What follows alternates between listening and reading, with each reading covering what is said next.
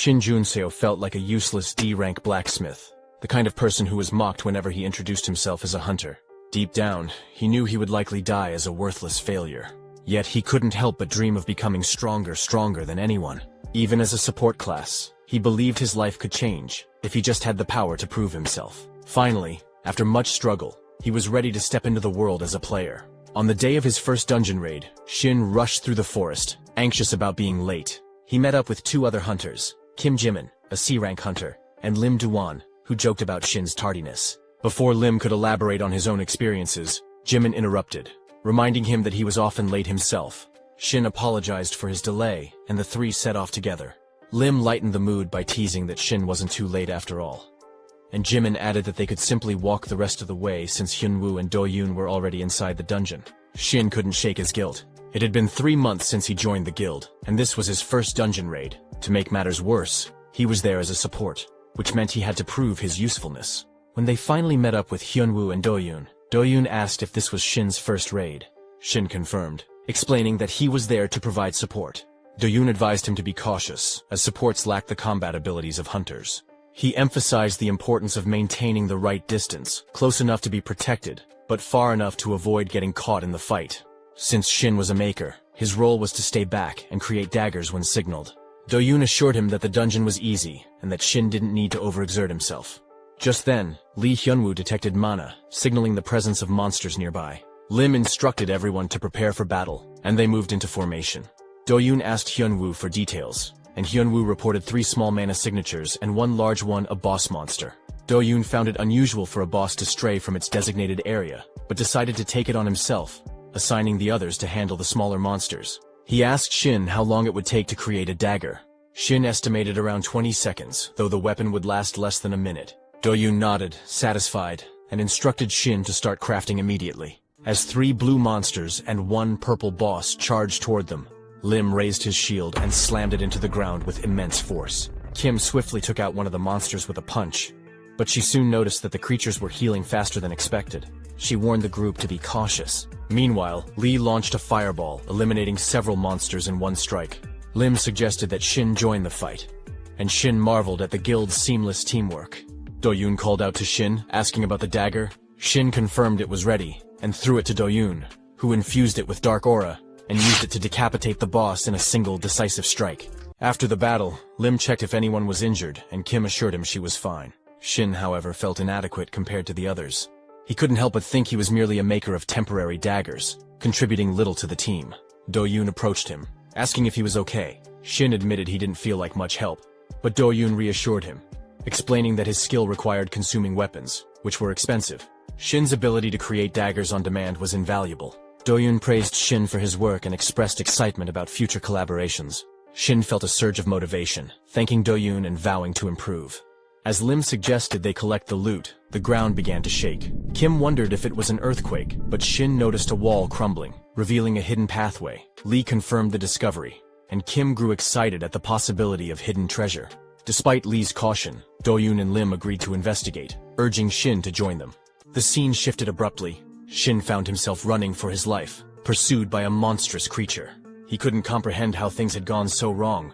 Everyone else was dead, and this monster, something that shouldn't exist in a D-rank dungeon, was closing in. It struck him, sending him crashing to the ground and spitting blood. Desperate, Shin created a dagger and threw it, but it had no effect. The monster attacked again, slamming him into the icy ground which cracked and revealed water beneath. As he fell, Shin's thoughts spiraled. He wondered if this was how it would end, a D-rank support, unable to even use basic buffs like healing. He had finally found a guild that needed him, yet here he was, running like a coward. He questioned whether he should have ever become awakened, believing it was a dream beyond his reach. Suddenly, a screen appeared before him, announcing that he had discovered the spring and fulfilled all the conditions to become a player. As the message displayed, a bright light enveloped him, signaling the beginning of a new chapter. A screen appeared in front of Shin, displaying a notification that he had received a new reward and needed to decide whether to check it. He found himself pondering over this player concept and the nature of the reward. For a moment his mouth hung open as he considered drinking some water, but he quickly snapped himself out of his daze. He thought to himself that he didn't fully understand what was happening, and honestly, he didn't care. Deciding to act, he selected yes. Suddenly, a massive dagger materialized, forming a set of stairs that allowed him to climb out of the ice and stand up to face the monster.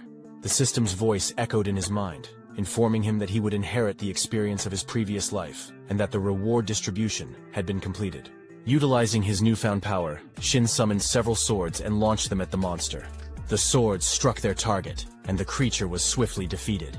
Shin was left bewildered, wondering what had just transpired.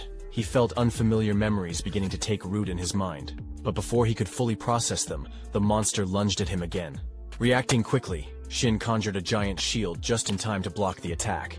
When the monster's punch slammed into the shield, Shin was shocked to find that he had taken no damage. Despite being a golem-type monster with incredible durability, the shield held at least temporarily. However, the monster's next strike shattered the shield, forcing Shin to step back. Drawing on the information from the emerging memories, he recalled that even though it was a golem-type monster, its weaknesses and the tactics to defeat it should still apply. The problem was that the monster didn't seem to have any obvious weak points, and it possessed a regeneration ability that made it even more formidable. Determined to gain the upper hand, Shin decided to use his skill, Grid World. The skill allowed him to materialize a grid within an equal distance radius, enabling anything created within it to move freely according to his will. It was recommended that he attack from multiple angles simultaneously. Shin unleashed the attack, sending the grid to strike the monster from all sides, breaking it into pieces, and finally killing it. Initially, Shin had thought of Grid World as merely an auxiliary skill, something to help him use his creations more efficiently. However, as the skill's proficiency grew, it became clear that it could also function as a powerful offensive ability on its own. A system window popped up, indicating that the monster had been defeated. Shin felt a mix of curiosity and confusion. Why couldn't he see the information about the dungeon monster? Suddenly, a purple aura gathered around him, and a magic ball appeared in his hand. The system notified him that he had activated the passive skill Magic Absorption, but Shin still had no idea what that meant. His thoughts wandered as he tried to make sense of the memories from his previous life. He could clearly recall a future where the world had fallen, filled with horrors too terrible to describe. Somehow, he had absorbed the experiences and knowledge from that future, but he realized it might not be the same future as the world he was currently in. Many things didn't add up, and the status screen in front of him was something he had never encountered in his previous life. It finally dawned on him that he had truly become a player. According to his memories, the term player referred to those few individuals who were chosen and had undergone an awakening. In his previous life, players didn't exist. In fact, 2 years from now, only a small number of awakeners would be selected to become players. A blue screen, visible only to those chosen, would appear, and a mysterious force called the System would shock all awakeners worldwide. It sounded almost like a joke, but it was enough to leave everyone in disbelief. The System wasn't the only thing granted to players. They also received unique rewards, strength, and skills that far surpassed what they had as awakeners. These rewards seemed to come out of nowhere, and once players began using them, their growth exploded compared to other awakeners. Thanks to the efforts of the guild leader, who was one of the first to become a player, the Dome Guild the guild Shin was part of had grown into a top-tier organization.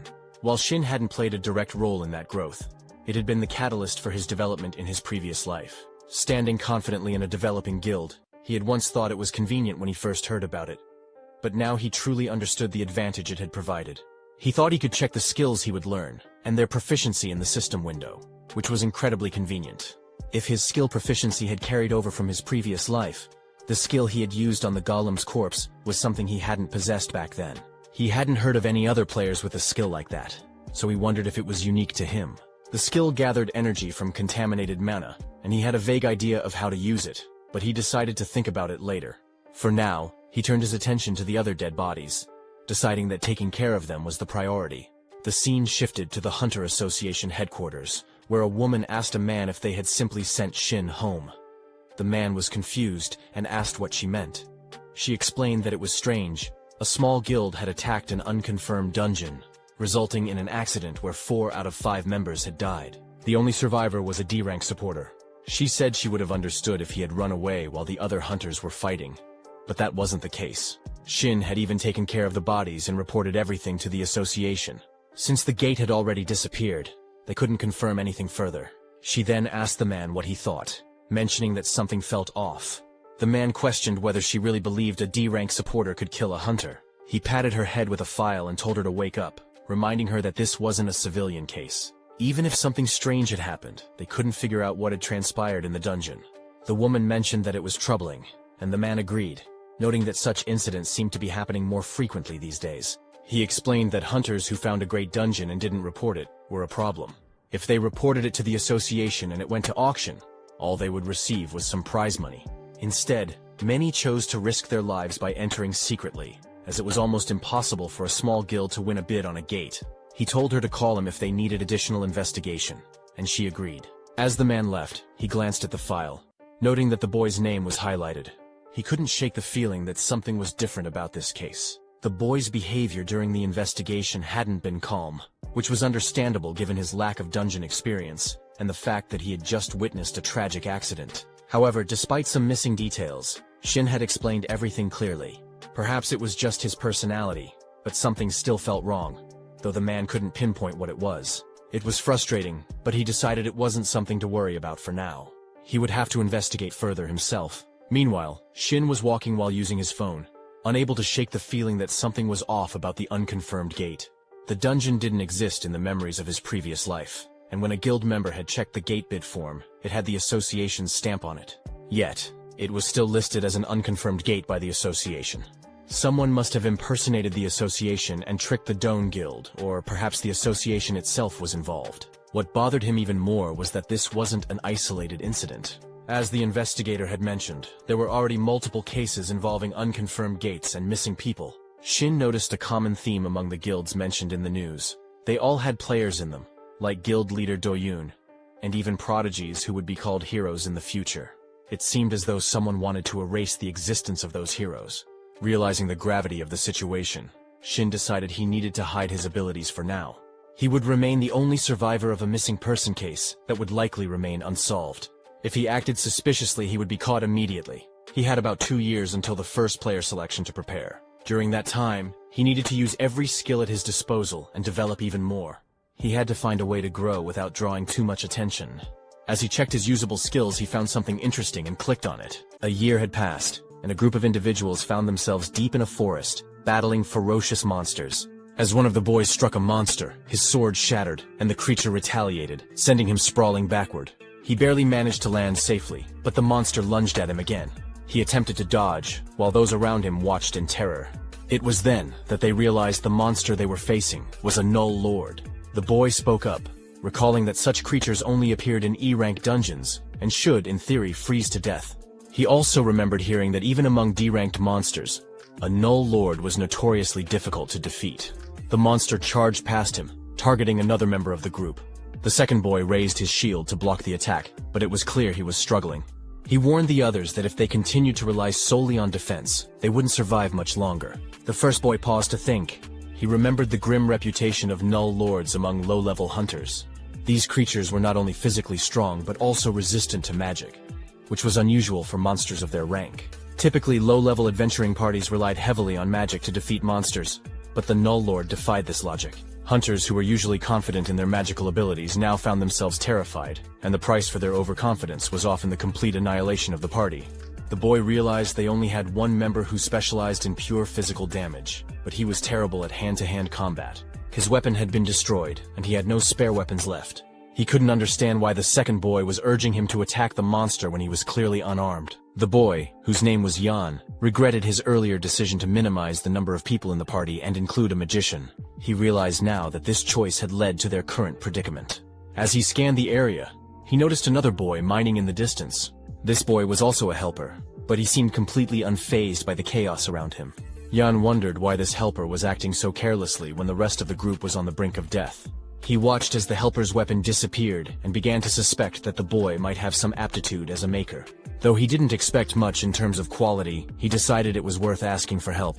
Yan called out to the helper, whose name was Shin, and asked if he was a maker capable of crafting a sword. Shin agreed, and Yan requested a sturdy, strong sword. Shin apologized, explaining that he had joined the group as a helper, not a support member. Yan snapped back, saying it wasn't the time for excuses. Didn't Shin realize they were all about to die? Even Shin would perish if they didn't manage to defeat the boss. Shin began crafting the sword, but mentioned one condition. Once they cleared the dungeon, Yan had to forget everything about Shin's abilities. Additionally, when Yan received his share of the rewards, he would have to pay Shin the equivalent of an average support member's fee. Yan scoffed, doubting the quality of Shin's work. After all, if Shin couldn't even secure a job as a maker and was stuck working as a helper, how could they expect to clear the dungeon with his weapon? Shin laughed in response, saying it was ironic because good weapons were essential for clearing dungeons. He assured Yan that as long as they had the necessary tools, they would succeed. With that, Shin began crafting the sword. The scene then shifted to the Overkill Guild, one of the 3 major guilds in Korea. A girl knocked on the door of the president's office, and he called for her to enter. She informed him that the Awakeners Association had requested their cooperation, particularly regarding a dungeon with a rank error. She agreed with the president's assumption that, while the request appeared to be for cooperation, the association was likely willing to pay whatever Overkill demanded.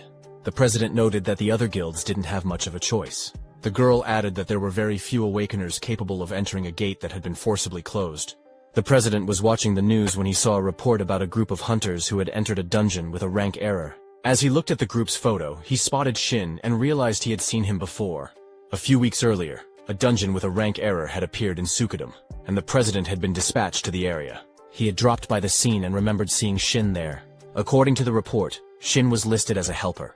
Rank error dungeons were still rare, and survivors of such dungeons could be counted on one hand. Shin had participated in 2 parties where everyone had survived not once but twice. The president couldn't dismiss this as a mere coincidence. The girl mentioned that rank error dungeons seemed to be appearing more frequently. Just a few days earlier, an E-rank dungeon had transformed into a B-rank one, resulting in the instant annihilation of the entire party. The president remarked that the Awakeners Association must be under immense pressure. The girl added that many people were criticizing the association, as it was their responsibility to estimate, analyze, and announce the rank of a dungeon. The president thought to himself that the association must be struggling.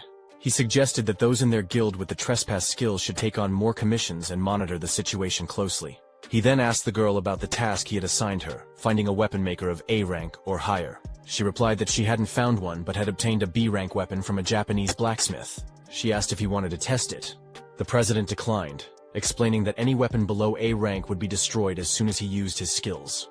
He stood up and instructed her to continue searching, as he was reaching his limit of wasting weapons.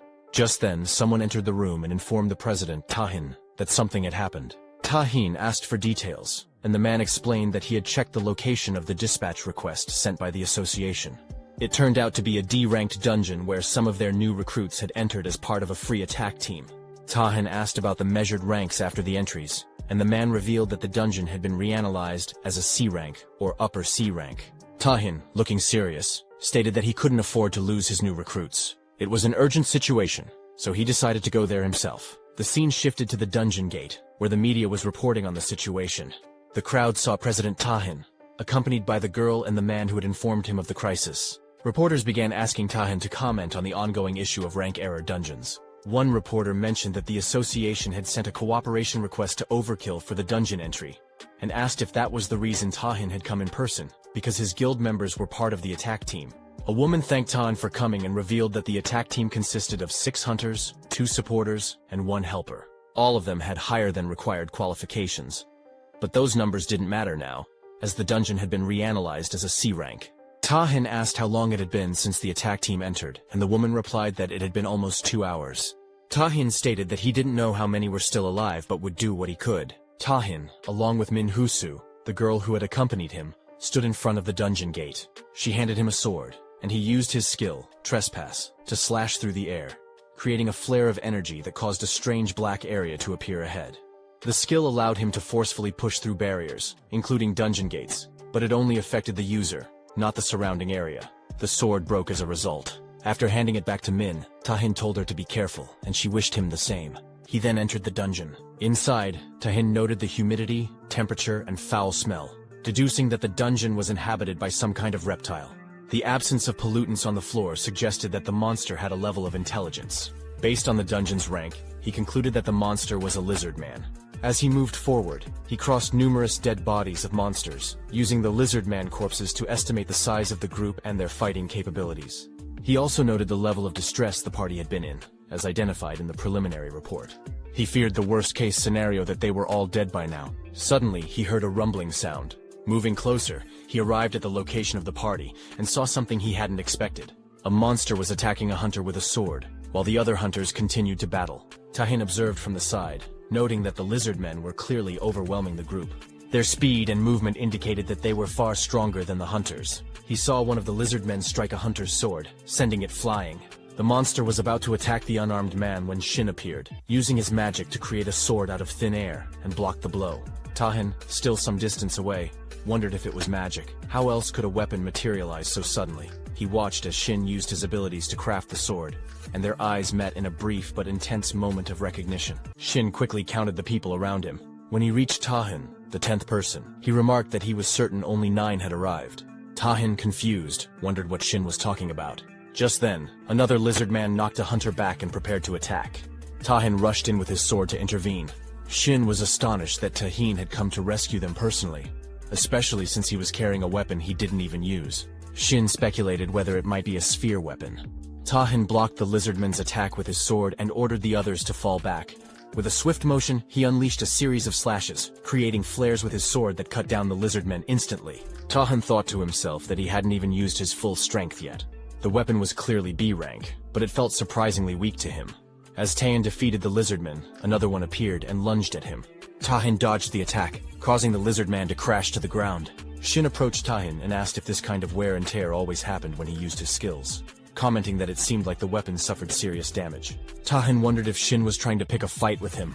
Shin then called out, urging Tahin to use his weapon properly and avoid destroying any more of the fragile weapons. Tahin was taken aback when Shin materialized a weapon with a single gesture. Not only was Shin a weapon maker, but he was also exceptionally skilled and competent far beyond the average. Tahin couldn't comprehend why someone so talented was acting as a mere helper.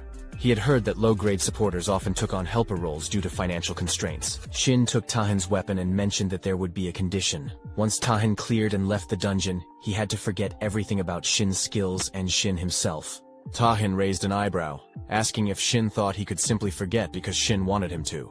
Shin replied that if Tahin didn't agree, he could go ahead and smash all his high-class weapons. Tahin considered the offer. He knew the weapon might break the moment Shin used a skill on it, but having more weapons couldn't hurt.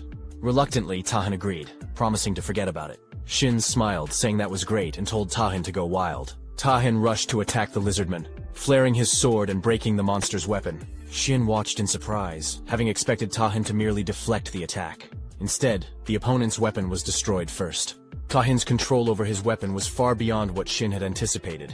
Shin wondered if Tahin's weapon was just that much stronger. Intrigued, Shin thought to himself that the weapon maker must be capable of manifesting at least a B-rank weapon on the spot. This was getting interesting. Shin decided to test the weapon's capabilities further. He cranked up the power, stabbing the lizardman and using a fire blast. After that, he jumped behind the lizardman, stabbed the weapon into its head, and released another blast of fire. The lizardman spat out green blood as it collapsed. Tahin stood there staring at the weapon Shin had made, now covered in blood. To his surprise, there wasn't a single scratch on it. Before he could ponder further, the newbies from his guild appeared, calling out to him. They thanked Tahin, saying it was because of him that they were alive and safe. Tahin replied with relief, noting that none of them seemed badly hurt. They explained that they hadn't been able to fight with their own weapons, but had managed to hold out thanks to Shin. Tahin turned to Shin and asked for his name. Shin wondered why Tahin would want to know the name of a mere helper. Tahin replied that they should at least know each other's names and introduced himself. Finally, Shin approached and introduced himself as well. He mentioned that he would leave the magic stones at the dungeon's entrance. The others agreed, but Tahin asked Shin to accompany him to the boss room. Shin hesitated, stating that he was just a helper. Tahin insisted, explaining that the dungeon had turned into an error dungeon, meaning no one could leave unless the boss was defeated, whether they were a helper or a supporter. Shin responded by saying that Tahin was more than capable of taking down the boss himself. Tahin countered, pointing out that, as Shin had seen earlier, no other weapon could handle his skills. No matter how skilled Shin was, it would be pointless if he just ended up smashing the weapon Shin had made for him. Shin assured him that the weapons he made wouldn't break. Tahin argued that while Shin might believe that, this was an error-class dungeon. The creatures here were far beyond the average lizardman, and if the boss was as strong as he feared, no amount of caution would be excessive. Shin eventually agreed and began moving, his steps echoing as he followed Tahin. When they reached the boss room, they encountered the Lizard King and another lizardman. Tahin suggested that Shin should disregard any previous danger levels or information he had, and focus on ending the fight as quickly as possible. He warned that if they took too long, his weapon might snap in two. Shin once again assured him that the weapon wouldn't break, and added that if Tahin didn't believe him, he could test it out himself. The Lizard King commanded his minion to attack, and the lizard lunged forward with its paw. However, Shin and Tahin skillfully dodged the strike. Tahin then charged with his sword, but the lizard used its power to overwhelm him with intense pressure. Disoriented and unable to comprehend what was happening, Tahin leapt into the air. The lizard followed, attempting to strike Tahin's weapon. After the clash, Tahin was sent flying into the sky. The Lizard King swiftly climbed onto the lizard's head, and the creature unleashed a powerful flame attack toward Tahin. Just in time, Shin created a protective shield barrier around Tahin. The lizard retaliated, knocking Shin back. Still in the air, Tahin turned to Shin and asked, "Wasn't that the one who makes weapons?" Shin replied, "A shield can be a weapon too. Haven't you been hit by one before?" Tahin flared his sword, promising that once they got out of there, he would have plenty of questions for Shin. The Lizard King then conjured a long chain to strike Tahin. However, Tahin effortlessly stopped the chain with his fist, causing it to wrap around his sword. As the lizard tugged on the chain, Tahin was pulled closer. Shin, urging Tahin to focus, told him to stop playing around and fight properly. In response, a second sword materialized in Tahin's other hand. Tahin, noticing the new weapon, questioned, "Didn't you tell me to test him? Shouldn't it be something for a pet?" The weapon captured by the chain vanished, and Tahin used his second sword to strike the lizard with several swift slashes as he closed in. The Lizard King watched intently, but Tahin threw his sword at him, followed by a powerful kick that sent the Lizard King reeling backward. Furious, Tahin leaped into the air, his sword flaring with energy as he prepared to attack again. The Lizard King, now focused on Shin, attempted to strike him, but a transparent barrier appeared, protecting Shin. Growing angrier, Shin wondered aloud if the Lizard King really thought he could threaten him with webs.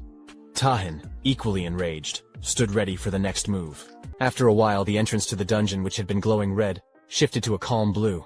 Outside, people began to wonder if the dungeon had been cleared. As the group emerged, reporters rushed over to Tahin, bombarding him with questions about the dungeon's interior, the boss monster, and whether everyone had been saved. Min approached Tahin, asking if he was injured. Tahin reassured him, saying that he was completely fine. The hunters surrounding him praised his efforts, with one girl mentioning that if it weren't for him, they would all have perished.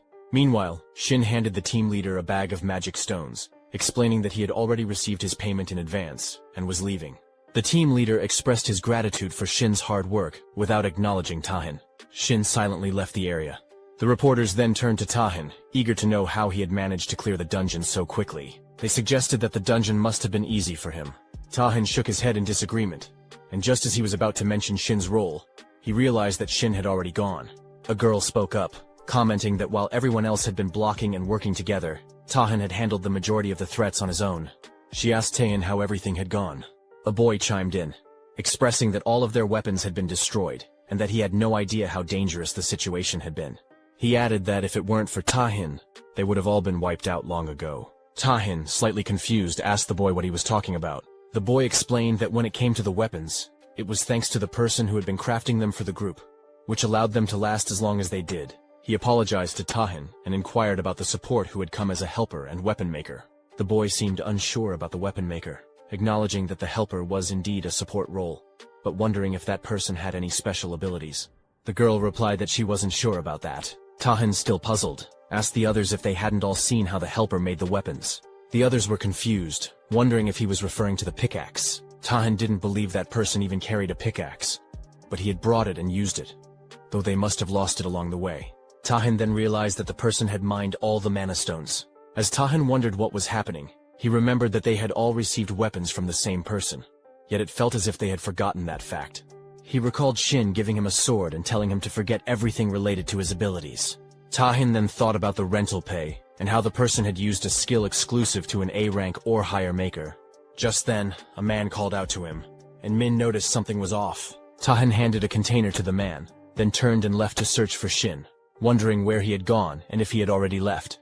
Meanwhile, Shin had been hiding while Tahin searched for him. Min and the man approached, asking Tahin what was wrong. Tahin called out to Min, telling her that he needed her to find someone for him. As Tahin sat in his guild office, several men arrived with information about Shin's location. They reported that around 10 warriors that same day, Shin, accompanied by a 5-member team, had entered a D-rank dungeon near Sampo. Tahin nodded in agreement, mentioning that Sampo wasn't too far away. The men hesitated before asking him a question. One of them inquired why Tahin was so interested in a D-rank maker like Shin. Tahin pondered for a moment, wondering if that was how it appeared to her. He reflected on how, on the surface, It was easy to dismiss Shin based on his status and background, which clearly indicated he was a D rank. However, Tahin knew better. The rental pay skill alone disproved everything. The level of skill in that ability was beyond anything Tahin had ever seen before. It wasn't just an ordinary skill. It was something with the potential to bring about great fortune. Yet it seemed that Shin was using it only to conceal his true identity. A weapon maker with such talents could easily reach a level far higher than D rank. And Tahin was certain he would understand more when he finally met Shin again. At that moment, he would no longer feel the same doubt. Tahin would be able to use his full power without worrying about the weapon breaking. Over the years, Tahin had encountered countless blacksmiths who were considered great artisans, but none of their creations had ever met his expectations. He had tested the weapons of renowned blacksmiths, but every single one had eventually broken, unable to withstand his power. To make matters worse, the weapon-making abilities of most creators were limited to traditional forms of weapons. However, Shin's abilities were clearly something different.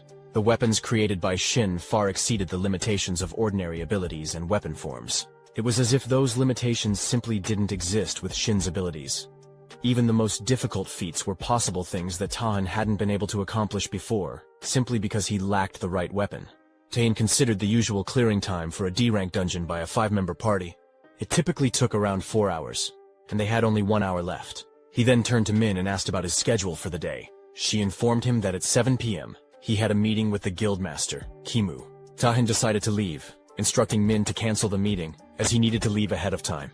He wanted to avoid any chance of missing Shin. The scene shifted to the dungeon, where a boy in armor had just defeated a boss.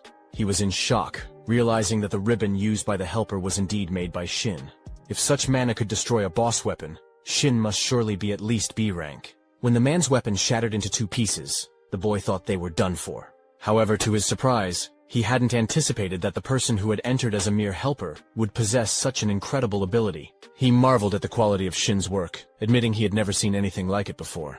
Grateful, he thanked Shin, acknowledging that if it weren't for his help, they would have failed. He suggested that they should recruit him. A girl nearby agreed, commenting that it was a shame Shin was still going around as just a helper. The boy agreed, noting that Shin certainly had a good eye for this kind of thing. Shin, however, was deep in thought. He realized he had used more mana than he had anticipated. He hadn't expected to encounter a party struggling so much, especially since it wasn't an error dungeon. As he began collecting the magic stones, he thought that if only he had just a little more mana left back then, things wouldn't have gone so poorly. He recalled the intense heat that had filled the dungeon earlier, especially after defeating the golem. Once he had used up all his mana, the heat dissipated and never returned. The mana he felt now was no more powerful than that of a typical D-rank awakener. Still, there was relief that he hadn't encountered any major problems while crafting the weapons. Shin also reflected on how his past life memories had helped him in ways he hadn't expected. The maker's basic skill, creating, was designed to aid in the creation of specific objects. It was a highly intuitive skill, where the quality of the item created was directly proportional to the mana used. However, there was still one unknown aspect. Another method that could enhance the performance of the skill, which Shin had yet to uncover. What he did know was that the deeper his understanding of the object he was crafting, the higher the quality of the creation. The most remarkable aspect of the ability was that as the quality of the item increased, the efficiency of the mana also improved. This meant that even when using the same amount of mana to create identical objects, the quality would vary meaningfully based on the creator's level of understanding. After his hidden ability was revealed, Shin found himself reflecting on the various training he had undergone. He remembered his horse training, the material research, the lessons he received from a hunter as a support, and his time spent in the workshop learning the intricacies of crafting. Despite all this, the excitement he felt was more intense than he had expected. He continued mining, thinking that while he didn't know exactly how much better his abilities would become, he knew that in comparison to the mana he was using, the quality was improving. However, it was clear that there were still limitations, both in crafting and in using the rental pay skill. The process was still clunky, and he struggled to use both abilities effectively at the same time. As he gathered the magic stones, he thought about how expensive mana-related equipment was. That was why, for the time being, he couldn't afford to purchase any of it. Just a few more mana points, he thought, knowing that mana-related items were among the few things that could be mass-produced. He made a mental note to order more potions. Although his earnings as a helper were modest, he was still struggling to get by. No one would accept a D-rank maker as a full-time support, so he didn't have many options. But at least the results of his efforts were promising, and for that, he was relieved. He opened his status window and saw that there was only a small amount left until he reached his mana absorption goal. About 20% remained. He realized that a few dungeon clears wouldn't be enough. A single mana clear only contributed just over 1% of the total mana, and the efficiency was far too low. The only remaining option, it seemed, was to enter an A-rank error dungeon to absorb a large amount of mana at once. Entering the ranker dungeon was the only method. Unlike other dungeons, it allowed for significantly more mana absorption, which was exactly what he had been seeking. The problem was that he couldn't predict the difficulty of the ranker dungeon before entering. It would have been tough without Tahin's presence, as the previous experience had proven. He concluded that there would likely be at least a C-rank boss, and so he needed to prepare accordingly. The only way to grow as a D-ranked awakener, for now, was to focus on the rewards gained from mana absorption. The team leader acknowledged their efforts and appreciated their work. As they were leaving, he mentioned they would meet again in the future. Shin felt satisfied that he had created lasting memories with them. Just then, Tahin caught up to him and asked if Shin remembered him. Shin realized his efforts hadn't had much impact, and, in response, asked Tahin if he would believe him if he said he didn't. Tahin responded by handing him a card. Shin inquired what kind of work Tahin wanted from him. Tahin explained that he had something important to discuss, which was why he was asking for a little of Shin's time. When Shin saw the Overkill Guild name on the card, he recognized it as one of the top 3 guilds in Korea. He knew he wasn't in a position to get involved with such a prestigious guild yet, so he needed to find a way to politely decline. Shin claimed he didn't have any time, mentioning a prior dinner appointment. However, as he tried to leave, Tahin placed a hand on his shoulder and insisted that Shin wouldn't regret the conversation. Tahin assured him it would be quick, and even offered to treat him to dinner. Shin retorted, noting that as the guildmaster, Tahin must have plenty of time. Unlike a low-ranked supporter like him, Tahin admitted this was true. Shin wasn't thrilled about it, but he realized he needed to gauge how much the rental fee had affected Tahin. Reluctantly, he agreed to talk for a while. The 3 of them went to a traditional house for dinner, and Shin asked what business the guildmaster of the Overkill Guild could possibly have with a D-ranked supporter like him. He suspected it was simply because Tahin had too much free time and wanted to make small talk. However, Tahin explained that, as Shin had noticed, his class was Berserker. While this granted him overwhelming attack power, it also came with a limitation. Few weapons were capable of withstanding the immense force of an Emperor Berserker. Finding a weapon supplier that could match his needs was crucial, and Tahin had been searching tirelessly. He had visited countless places, both within and outside the country. From the best blacksmiths to the most renowned weapon makers in the field, he had left no stone unturned. If there was even the slightest chance a weapon could meet his requirements, he would commission it without hesitation, regardless of time or cost. Yet, every weapon he had used until then had been unable to withstand his full power, except for one, a sword created by Shin. Shin realized then that the rental payment hadn't affected Tahin at all, and he didn't believe there was a nullification skill in the Berserker class. Tahin's careless confidence made Shin wary. He knew he would need to be cautious when using such a strategy with a higher-level hunter. Sensing the change in Shin's demeanor, Tahin decided to be more direct. He asked if Shin would be interested in joining his guild, knowing that Shin wasn't currently affiliated with any. Tahin promised that if he joined, Shin would receive the best possible treatment. He offered Shin a contract fee of 10 billion, along with separate payments for operational expenses and dividends. The contract would be for 1 year, and each time it was extended, the fees would increase by 10. Just as Tahin was about to explain that the exact details would be in the contract, Shin quickly apologized, stating that he had no intention of joining a guild, and would have to decline the offer. With that, Tahin had nothing further to discuss. Shin stood up to leave and thanked him for the meal. Tahin called out to him once more, but Shin didn't stop. Min, who had been quietly observing, asked Tahin why he had made such an offer to Shin. There seemed to be no clear reason for it, yet the conditions were trivial. Tahin responded by saying that if Min were in his situation like Shin, she wouldn't question the offer. He continued, mentioning that while the weapon Shin had created hadn't fully reached his potential, it was the first one that felt like it could withstand everything he had to give. Min hesitated, still unsure, but Tahin pressed on. It wasn't just about the sensation of the weapon itself. He asked her to consider the total sum of all the high-level weapons he had destroyed over the past year. Min realized then that the guildmaster's expenses on weapons were astronomical, especially when factoring in the cost of those weapons being destroyed because they couldn't handle the pressure. If a weapon wasn't above a certain rank, his abilities wouldn't even be fully unleashed. Min then remarked that if that were the case, the contract fee Tahin offered would mean very little.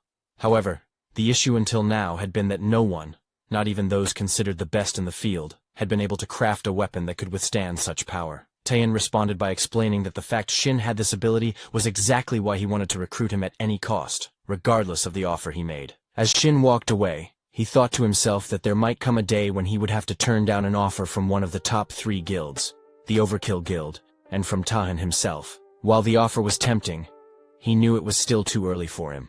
He decided to wait patiently, certain that Taehin would come back to him again. The scene then shifted to a dungeon where several goblins were being slain. Suddenly, one boy's arm was severed by a mysterious figure. Another boy, witnessing this, asked the man who he was. The man wielded a giant sword, and his actions were so striking that they would be remembered for a long time. At a moment like this, most people would be whining or begging for their lives, losing consciousness from the pain. But this person, the one who would eventually become a hero, was different. He stabbed the first boy, killing him without hesitation. The second boy, stunned and confused, wondered what had just happened. Was the man trying to kill them all and take their trophies? The man, not concerned with such a mundane reason, responded that it wasn't his intention to explain himself. He saw it as a waste of energy to explain anything to someone who was about to die, but he would share everything if the boy managed to defeat him. So, the boy had better hurry and try. The boy realized the man was not an easy opponent. At this ambiguous distance, he would surely die. So he resolved to either lose an arm or a leg in an attempt to fight back. He charged at the man. But the man blocked the attack effortlessly with his massive sword, and swung it back with such force that the boy's sword was sent flying into the air. The boy was stunned. The man then kicked the boy with such strength that he was knocked back. Disappointing, the man muttered. Excited by the fight, he said it was his first hero-ranked subjugation in a year. However, to think that the boy was such an insignificant opponent was a letdown. Still, he commended the bravery it took for the boy to challenge him. The boy, now on the ground and realizing his fate, pleaded for his life. The man coldly replied that he would send the boy off cleanly, and with that, he slashed him dead. As the boy fell lifeless, the man moved forward, reflecting that he had hoped for a more challenging fight. It hadn't even served as a decent warm-up. The boy had worn an unfair expression in his last moments, but there was no need for concern. The report would make it clear that they had fought valiantly against the boss and died heroically. He tossed the dead body of the boy aside, remarking that this was a common occurrence in a rank error dungeon. He checked the collection of photos of the deceased, noting that his collection was growing, and that he lived for moments like this. The only thing that felt strange to him were the heals. The energy they gave off unsettled him. He told her to hide them for now, or at least make it less obvious. When the priestess arrived, she emerged, apologizing for the delay. She explained that she had come in haste because there were precious ingredients nearby. He raised an eyebrow, wondering what could possibly be so valuable, but he dismissed it, thinking that all those people were idiots. That's why he had warned her not to listen to the priestess and to wait a little longer. She wondered aloud about his words and asked if he was implying that he wanted to go against the wishes of the executive. He scoffed and referred to the executive as a sensitive bastard, explaining that he was simply suggesting they clean up the situation first. She offered to handle it, assuring him it was her specialty. He reminded her not to forget their promise, that she would let him face an S-rank hunter, and that was the only reason he had been associating with her. He also added that he hadn't been able to fully unleash his power yet, and wanted the opportunity to do so without any hesitation. She agreed, reassuring him not to worry, as she would contact him soon. She tore open the belly of the dead body, wondering what would emerge next. Suddenly, a monster appeared from within the corpse. Her eyes lit up with excitement as she called it the child, confirming that the Excelsior had been right after all. The scene shifted to a portal where a group of hunters was gathered. Shin approached a man who was concealing his face with a mask and carrying a weapon case. He was visibly surprised when he saw the man, and it was none other than Taehin.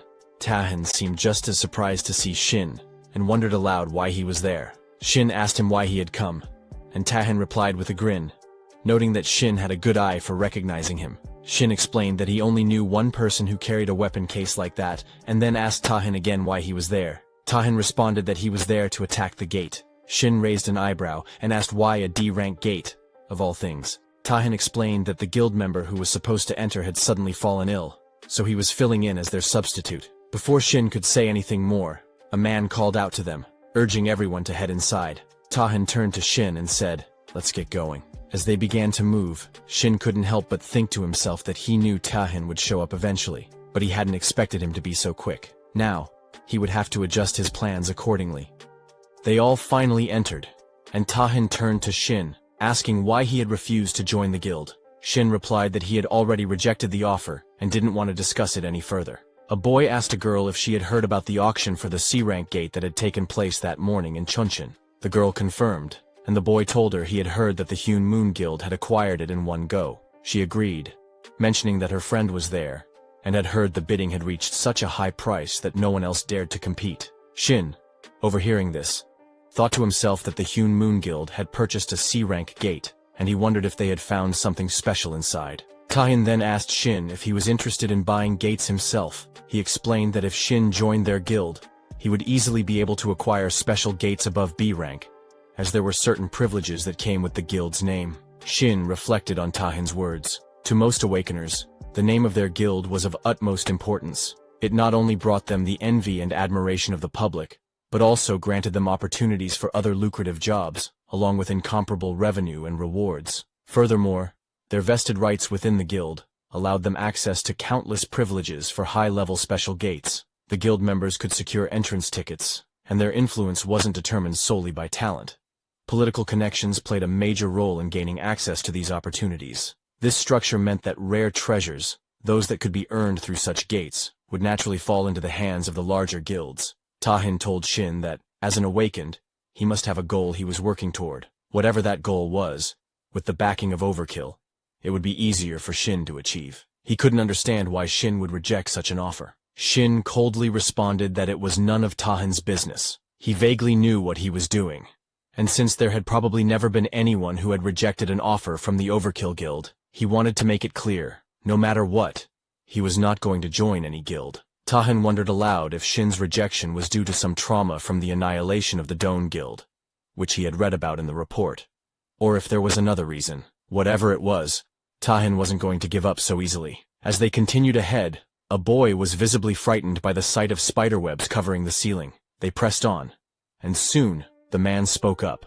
telling them that they were about to enter the monster's territory. Noticing the group's inexperience, he quickly began to explain the situation. He started by confirming that they had all received the reconnaissance report. The monsters they would face were legion spiders. The level of difficulty for each individual spider was low, but their special traits made them a threat. These spiders lived in groups, and the reconnaissance report indicated that there were approximately 50 of them, which wasn't an overwhelming number. However, they possessed paralysis poison in their fangs, so the man warned them to be careful not to get bitten. Tahin made a sound and quickly told everyone that the monsters were coming soon, urging them to stick close to him. Shin, unfazed, replied that they didn't need to worry about the support and helpers. They should just prepare for the fight. Tahin, however, addressed the team's competency, reminding them that it was essential to protect the support and helpers. It was a rule hunters had to follow, no matter their abilities, the situation, or whether they agreed with it. Shin scoffed, telling him that no hunter would be foolish enough to follow such a rule.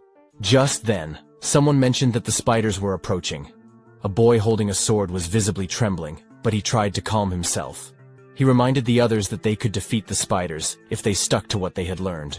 As one spider jumped toward them, the boy swung his sword effortlessly, slicing it down in a single slash. Another boy used his shield to protect himself, while a girl with a magic staff cast spells, attacking the spiders with bursts of energy. Tahin thought to himself that, for a D-ranked team, their performance wasn't bad, and he didn't have to worry about them too much. However, Tahin was taken aback when he saw the large group of spiders.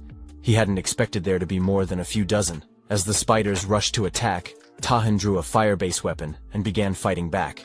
He noted that the durability of each legion spider was fairly low, even among ranked monsters. He realized that even without using the blade itself, all they needed to do was release a bit of sword ki to defeat them. At this rate, he would be able to finish the raid without even losing a weapon. Suddenly, Shin heard a few hunters calling for help. The river was surrounded by a large number of spiders. The boy with the shield warned that the spiders wouldn't stop coming, and that only a few hunters had done the reconnaissance. The second boy mentioned that things were going to get rough, and the girl with the magic staff was also reaching her limit with her mana. Tahin glanced at Shin and suggested they move toward the trouble, then told Shin to follow him. Shin, however, responded that Tahin should go ahead and help while he finished handling things on his side. Tahin was surprised by Shin's reaction, but before he could respond, A spider jumped at Shin. Tahin shouted for him to get down, realizing that Shin could easily get caught up in the attack if Tahin used his sword recklessly. But Shin reacted quickly, opening his eyes and shaping his power into a square form above the spider. With a swift movement, he launched his attack, killing the spider instantly. The creature collapsed at his feet. Shin thought to himself that, of all the weapons he could currently make, the sword was the one with the greatest craftsmanship. It would be the most effective for dealing multiple hits and pouring power into them all at once, something impossible with his current mana reserves. But if he could harness his power this way, there was nothing better. Shin focused his energy, directing it like a sword, and with a swift motion, launched it at all the spiders in his vicinity, cutting them down in a single strike. Tahin watched, surprised, as Shin stood atop the head of one of the fallen spiders, his movements calm and precise. The sword had been stabbed into the spider's body, and Tahin was surprised by the wide area attack. He thought the battle must have lasted at least 10 seconds, yet Shin had managed to deal with all the dozens of Legion spiders in that short time. Tahin wondered if Shin had used materialization in the fight, but quickly dismissed the thought. After all, Shin was a talented support who would hold his own. On the other hand, Shin was wondering what Tahin was doing, and decided to go help the others. He saw that the three of them were surrounded by spiders, and the creatures were getting closer. Tahin realized the situation wasn't looking great, and they would talk properly once everything was resolved. Shin pointed to his bag, signaling Tahin to take care of the situation, as people might not believe that a helper could do such things. Tahin quickly rushed in with his sword, and started attacking the spiders. After he defeated them, a man thanked Tahin for his help, saying they wouldn't have made it without him. The man was a little surprised though, as he hadn't expected Tahin to be the guild master of the Overkill Guild. Tahin apologized for not revealing his identity earlier, but mentioned he had just been quietly investigating the dungeon. The girl was shocked by his apology. She couldn't believe they had survived because of him. Watching him take down the spiders with such skill was so cool, and she even asked if she could take a picture with him once he was free. Someone came by and interrupted, and the girl quickly saw this as her chance to approach the boy holding a lantern. Then, Shin showed up, apologizing for being late. They started collecting the byproducts as they went. After exploring the area, they found that there were no other masters around, and they figured out how to go even deeper. The boy in armor suggested that they shouldn't continue the raid any longer. It was unfortunate, but he thought they should call it off.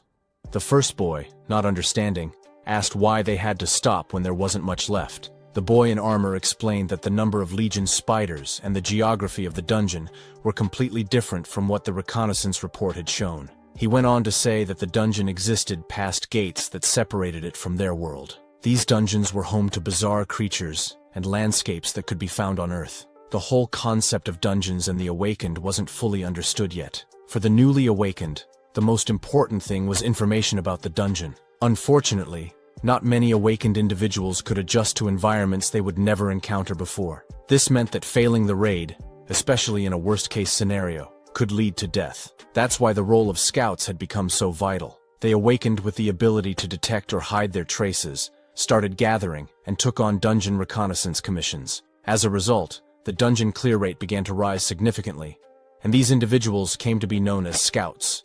The boy in armor explained that the accuracy of these recon reports was usually above 98%, so it was unlikely that this situation was just a mistake. However, they couldn't rule out the possibility that it was a rank error in the dungeon. The second boy hesitated for a moment, suggesting that since they had Tahin, wouldn't it be okay to continue the raid? The armored boy responded that he understood the boy's desire to press on, but they had already received Tahin's help once, and if they weren't careful, they could all end up in danger. The boy, determined to clear the dungeon and with his own reasons for wanting to continue, asked if there was any other way. The girl seemed to feel the same way. The armored boy questioned if their reason was really more important than their lives. Once they entered the boss room, there would be no turning back, and he didn't want that to be the case for any of them. He suggested they exit first and report to the association.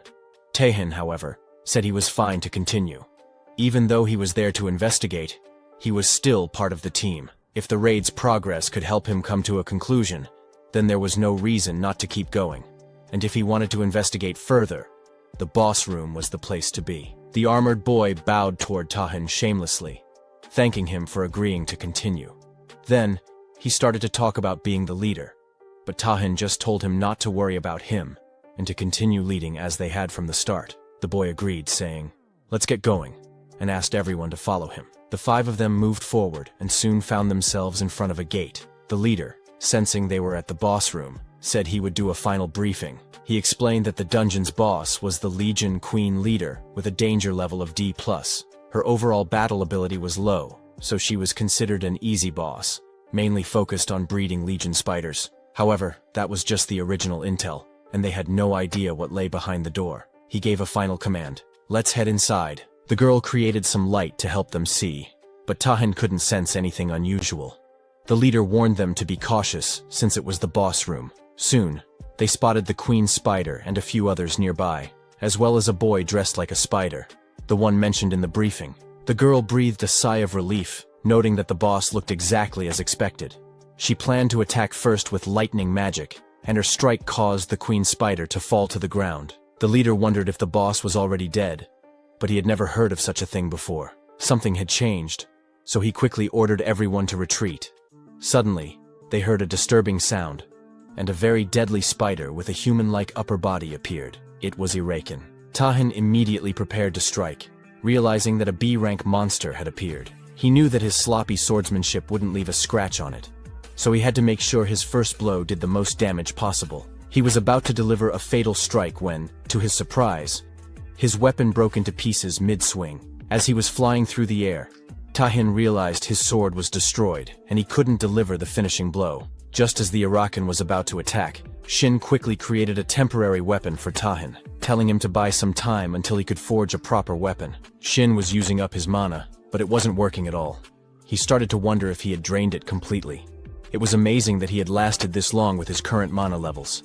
Thanks to the potions, he was able to keep going, but he could only drink 1 bottle a day, anymore, and they could become addictive. After drinking the potion, he noticed the effects were still good. But it was too late for him to make a proper weapon. He began crafting it, thinking about how the Awakens was a high-level B-ranked monster, while the error boss that should have appeared was the C-rank monarch spider. They were incredibly lucky that Tahin had joined them. Without him, it would have been nearly impossible to face the Awakens with their current group. When the danger level hit B, everything changed, and the fight became much harder. The Awakens was battling Tahin, who was surrounded by flares. Shin thought to himself that his fighting power was equal to 5-rank hunters. Given the Awakens' abilities, they couldn't rely on Tahin alone. He turned to the others and told them to get ready. They should be able to move now, since the Awakens' killing intent had shifted targets. The leader of the party wondered who Shin was. The second boy questioned why someone so talented was participating as a helper. The girl wondered if Shin had come along with Tahin. Shin ignored their questions and told them they had something to deal with first. He then quickly made 3 weapons based on their abilities. He told them to pick up the weapons in front of them and either raid the dungeon by defeating the spiders or run away and wait outside until the situation cleared up. Shin trusted that they would make the right decision. As more spiders rushed toward them, the boy slashed through them with the sword, amazed by how powerful it felt. He had never wielded such a weapon before. With each slash, it felt like cutting through paper. He even wondered if killing monsters was always this easy. The girl, using high-level magic, attacked all of them at once. The leader watched in surprise, realizing that the only thing that had changed was the weapon. Yet the power of their skills had increased several times over. He wondered if the weapon Shin made was really that good, and who exactly Shin was. Tain's sword was now covered in green blood from the high-level monsters, and he found it a bit tough to buy time as the Awakens came charging to attack. Tahin thought to himself that he needed to finish this as quickly as possible. He rushed in with his sword, slashing down the Awakens, and to his surprise, the sword held up fine. He realized it was much stronger than before, just like Shin had explained. Suddenly, a wave of spider heads appeared. The girl wondered where they had come from and where they were going. The leader quickly figured out the spiders were heading straight for Tahin. Tahin told everyone to back up. He suspected that the Awakens had hidden these spiders, and things were getting more complicated. He also realized that the Awakens' abilities were activating. As the spiders reached the Awakens, Tahin understood what was happening. The Awakens was sacrificing the spiders to transfer their life energy to herself, effectively reviving her. He realized that the Awakens would keep coming back unless they killed all of the spiders. Tahin rushed in to attack again, thinking that he needed to increase his firepower and finish the battle in one blow. As the flares burned on his sword, it started to break apart, which made Tahin worry. Shin, watching, commented that Tahin was more amazing than he had thought. Even though Shin had made the sword with his barely remaining mana, he never expected Tahin to actually destroy it. Shin quickly made another sword, telling Tahin to use it. This one wasn't the single-edged sword Tahin was used to. It was the most durable weapon Shin could create. As soon as Tahin grasped it, he could feel its strength. With this new weapon, he was confident he could defeat them all in one strike. He coated the sword with his flares and prepared to strike. He mentioned that he would be a bit unfamiliar with two-handed sword combat, but it seemed like the right choice for the situation. He lifted the sword and delivered an explosive slash at the Arakan, landing a devastating blow. Shin realized that the explosion was likely an innate skill of a berserker. It was probably the first time Tahin had used the skill properly. Normally, the skill caused the user to lose their rationality in exchange for overwhelming power. Tahin cleaved the Arakan clean in two, and thought to himself that it would have been difficult to handle the aftermath if the weapon had shattered. Tahin felt the danger in the situation. If he hadn't released all of his power, his rationality might have been consumed. That was the second time since his awakening that it had nearly happened. He realized he had used his skill properly this time, but it was still unsettling. As he looked at Shin, he understood that Shin was no ordinary awakened. The moment his abilities were discovered, the whole world would focus on him. They stood there, looking at the dead body of the Arakan, which radiated an overwhelming amount of mana. It was nothing like any other dungeon-era boss they had encountered. Shin called out to Tahin, asking if he felt anything from the corpse. Tahin shook his head, replying that the boss wasn't dead yet, but since they had gotten rid of all the remnants, it wouldn't be able to come back to life. Shin agreed, thinking that even high-grade hunters couldn't sense the mana the way they had. Suddenly, Tahin's passive skill, mana absorption, activated. As he read the description on his screen, he discovered that he had also obtained a new skill, demonic weapon production. Tahin was curious about this new skill. He read more about it, but he couldn't even imagine what kind of demonic weapons it might produce. He didn't remember anything specific about the demonic realm, though it was something they all knew of in some way. It was a bit disappointing that there were no mana-related rewards, but he shrugged it off. It was fine. Tahin realized that, thanks to the Arakan, he had already reached half of the mana he needed, and it didn't seem like the rewards would stop there. He called Shin over, waving his hand, and told him he had something to say. Shin, curious, asked what it was. Tahin bowed deeply, and began by apologizing. Regardless of his refusal, Tahin admitted that it had been impolite of him to ask Shin to join their guild, both as a person and as a guild master. He offered his sincere apologies. Shin was taken aback by this sudden change. The leader of the party was equally shocked to see Tahin bowing to Shin, a D-ranked helper. But then again, considering Shin's earlier abilities, it was clear he wasn't just any normal person. The leader thought that Shin might actually be a hidden talent of the Overkill Guild. The boy and girl arrived, with the boy mentioning that they had searched everywhere and there were no remnants left. The girl added that she thought the Arakan must have taken all the monsters in the dungeon earlier. The boy looked impressed and remarked that the weapon was amazing.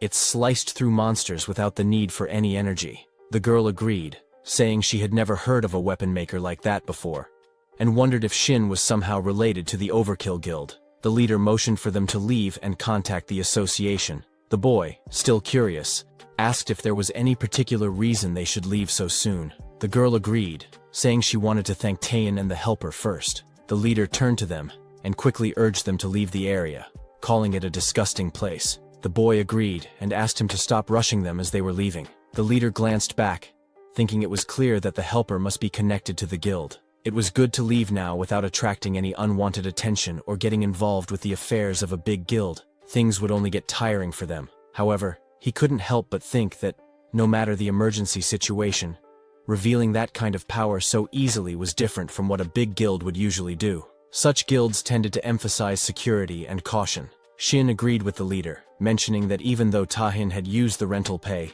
it was strange to see him bowing his head to just anyone. Tahin then spoke up, telling them that the guild wouldn't bother Shin anymore. He wouldn't follow him around, but that didn't mean they were giving up. It was his first real opportunity, and he wanted to make a contract. He promised that Shin would like the terms. The next morning, Shin arrived at the Overkill Guild and met Min. She greeted him warmly, saying it was nice to see him again. She introduced herself as the attending secretary of the guild, and said she was in charge of the contract proceedings for the day. She handed him a document to sign. Shin thanked her, mentioning that Tahin had said he would contact him right away, but he hadn't expected it to be the next morning. Min explained that Tahin had told her to proceed with everything as quickly as possible. She had wondered what this was all about, and felt like things were getting more serious than he had anticipated. Min mentioned that the room they were in was a special reception area inside the guild, one with particularly strict security. She reassured him that if he was worried about any leaks, there was no need to be concerned. She handed him a paper, explaining that it was the contract with the conditions Tahan had discussed with him inside the dungeon. She added that while it would take some time, the contents of the contract could be changed if necessary, so he should feel comfortable sharing his thoughts. As Shin looked at the document, he realized it was exactly as Tahan had described in the dungeon, and it felt much more real seeing it organized like this. He set the paper down and told Min that there was no issue, so they could proceed. He reflected on his conversation with Tahan in the dungeon, where Tahan mentioned that he would be an unofficial supporter. Although it was just a guess, Shin now vaguely understood why Tahan had been so reluctant to join a guild. For a number of reasons, he needed to hide his true identity. If that assumption was correct, this offer could be of help. They could secretly supply him with materials he needed, top-tier ingredients, and access to the gates without the usual attention. While the contract would need to be formalized, everything would be handled discreetly. Shin couldn't help but wonder why Tahan was being so generous. Tahan responded, saying it wasn't for free. He laid out his condition. Shin would need to help him with the commissions he personally assigned. However, Tahan clarified that he wouldn't force him. If Shin didn't like the commission, he could refuse. Shin then asked, "What if I only take the support and don't help with anything?" Tahan smiled and told Shin that it was fine. The purpose of the contract, after all, is to establish a connection between you and the guild, while preventing you from joining any other guilds. Accepting the commission would simply be a token of your sincerity. As they spoke, they heard footsteps approaching, and Tahan remarked that it was just the right time. Two men entered the room. One of them introduced himself as part of the investigation team from the Hunter Association. The second man asked Tahan if he was okay. The first man stated that they needed to get going, and that he would hear Tahan's response outside before they left. Tahan turned to Shin and said that he hoped for a positive response. "If you feel burdened by any of this, you don't have to accept." Tahan added that Shin's abilities were far more valuable than anything in the contract. Shin paused for a moment, reflecting on his original plan. His goal had been to leave a strong impression on Tahan and maintain a relationship with the guild without formally joining it. In the end, though, he decided to sign the contract, asking when he would receive the support. Min smiled and pulled out a small box, explaining that Shin could start receiving the support right away. She also told him that if there was anything else he needed, he should just let her know. "This is a gift from Tahan to commemorate the signing of the contract." Min added that she had heard Tahan found something useful in the awakens room. Shin opened the box slightly before closing it again. He thanked her, placing it carefully in his bag. He then handed her a list of the support materials he needed and asked where he could receive them. Min mentioned that if it was that much, the materials would be available in about a week. However, she added, "I might be crossing a line, but I don't think those materials will be of much help to you." Shin agreed, mentioning that he wasn't planning to use them anyway. He stood up, saying he had someone else to meet and needed to leave. He made his way to another building and waited there. As he checked his phone, he noticed it was around the time she was supposed to arrive. Finally, he saw her walking toward him, Hamjia, an A-rank hunter. The scene reminded Shin of the past, back in the forest, where Jia had attacked and killed a monster with ease. It was a time after the player selection, when she was hailed as the hunter prodigy, the god archer. She approached the reception desk, excusing herself, and asked for the entrance to the training gate. She showed her card, and the lady behind the desk immediately recognized her as an A-rank hunter. The lady then asked if the C-rank training gate would be acceptable. Jia politely declined and requested the D-rank gate instead. Both the lady and a man at the desk were confused by this. The lady thought to herself that it hadn't been long since Jia was officially recognized as an A-rank awakened. Even so, Jia had very little experience, and had only entered a few gates up until that point. The man too had seen lower-ranked awakened give up on the hunter life altogether, but he had never seen an A-rank ask for such a request. For some reason, Jia seemed like she might be demoted. An awaken's rank was initially determined by the amount of mana they could absorb. When the blue energy poured out of the cracks, mana flowed into everyone's bodies, but the amount each person could absorb varied. The more mana a body could hold, the stronger the abilities they could manifest. The association began analyzing the mana levels of each individual, and those who absorbed more than a fixed amount were officially recognized as awakened. From there, they divided people into ranks based on how much mana they could hold. Once assigned, a rank was generally fixed. Even if someone was of a lower rank, they could improve their performance through dungeon raids. If recognized by the association, they could be promoted. And the opposite could happen as well. Gia finished filling out the form and handed it to the lady. The lady told her she would help with the association process and asked if Gia had a partner she was planning to enter with. Gia declined. The lady then said she would add Gia to the partner recruitment list, as the rules required at least 2 people to enter together.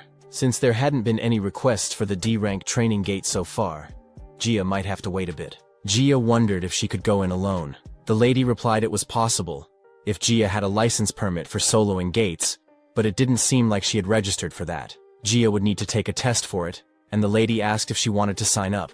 Gia declined, saying she would wait instead. The lady then mentioned that Gia's first hunter qualification renewal was coming up in a month. She had probably received the message. But to renew her qualification as an A-rank hunter, she needed either several experiences with C-rank or higher gates, or to pass the A-rank practical test. It seemed Gia would need to take the test, and she would likely get a message about it soon. The lady wished her the best of luck in passing. Gia thanked her. Gia thought to herself that even requesting a training gate was complicated. She should have just made the request online. I must have been crazy to come in person and deal with so many people. She had come with the mindset that she couldn't get demoted, but now she told herself to get a grip. It's just a D-rank gate. What happened last time wouldn't happen again. If she took her time and started over, she would be fine. The receptionist asked Gia to wait, but a request had already come through. The rank was D as expected, and since Gia was going in alone, it didn't matter. She quickly clicked agree. The scene shifted to a dungeon gate where Gia arrived, thinking, it's been a while since I wore this. It feels so awkward. As she was about to enter, a man named Shin approached her, introduced himself as the supporter, and said he hoped they would get along. Gia bowed to greet him. He apologized for being late and suggested they head inside.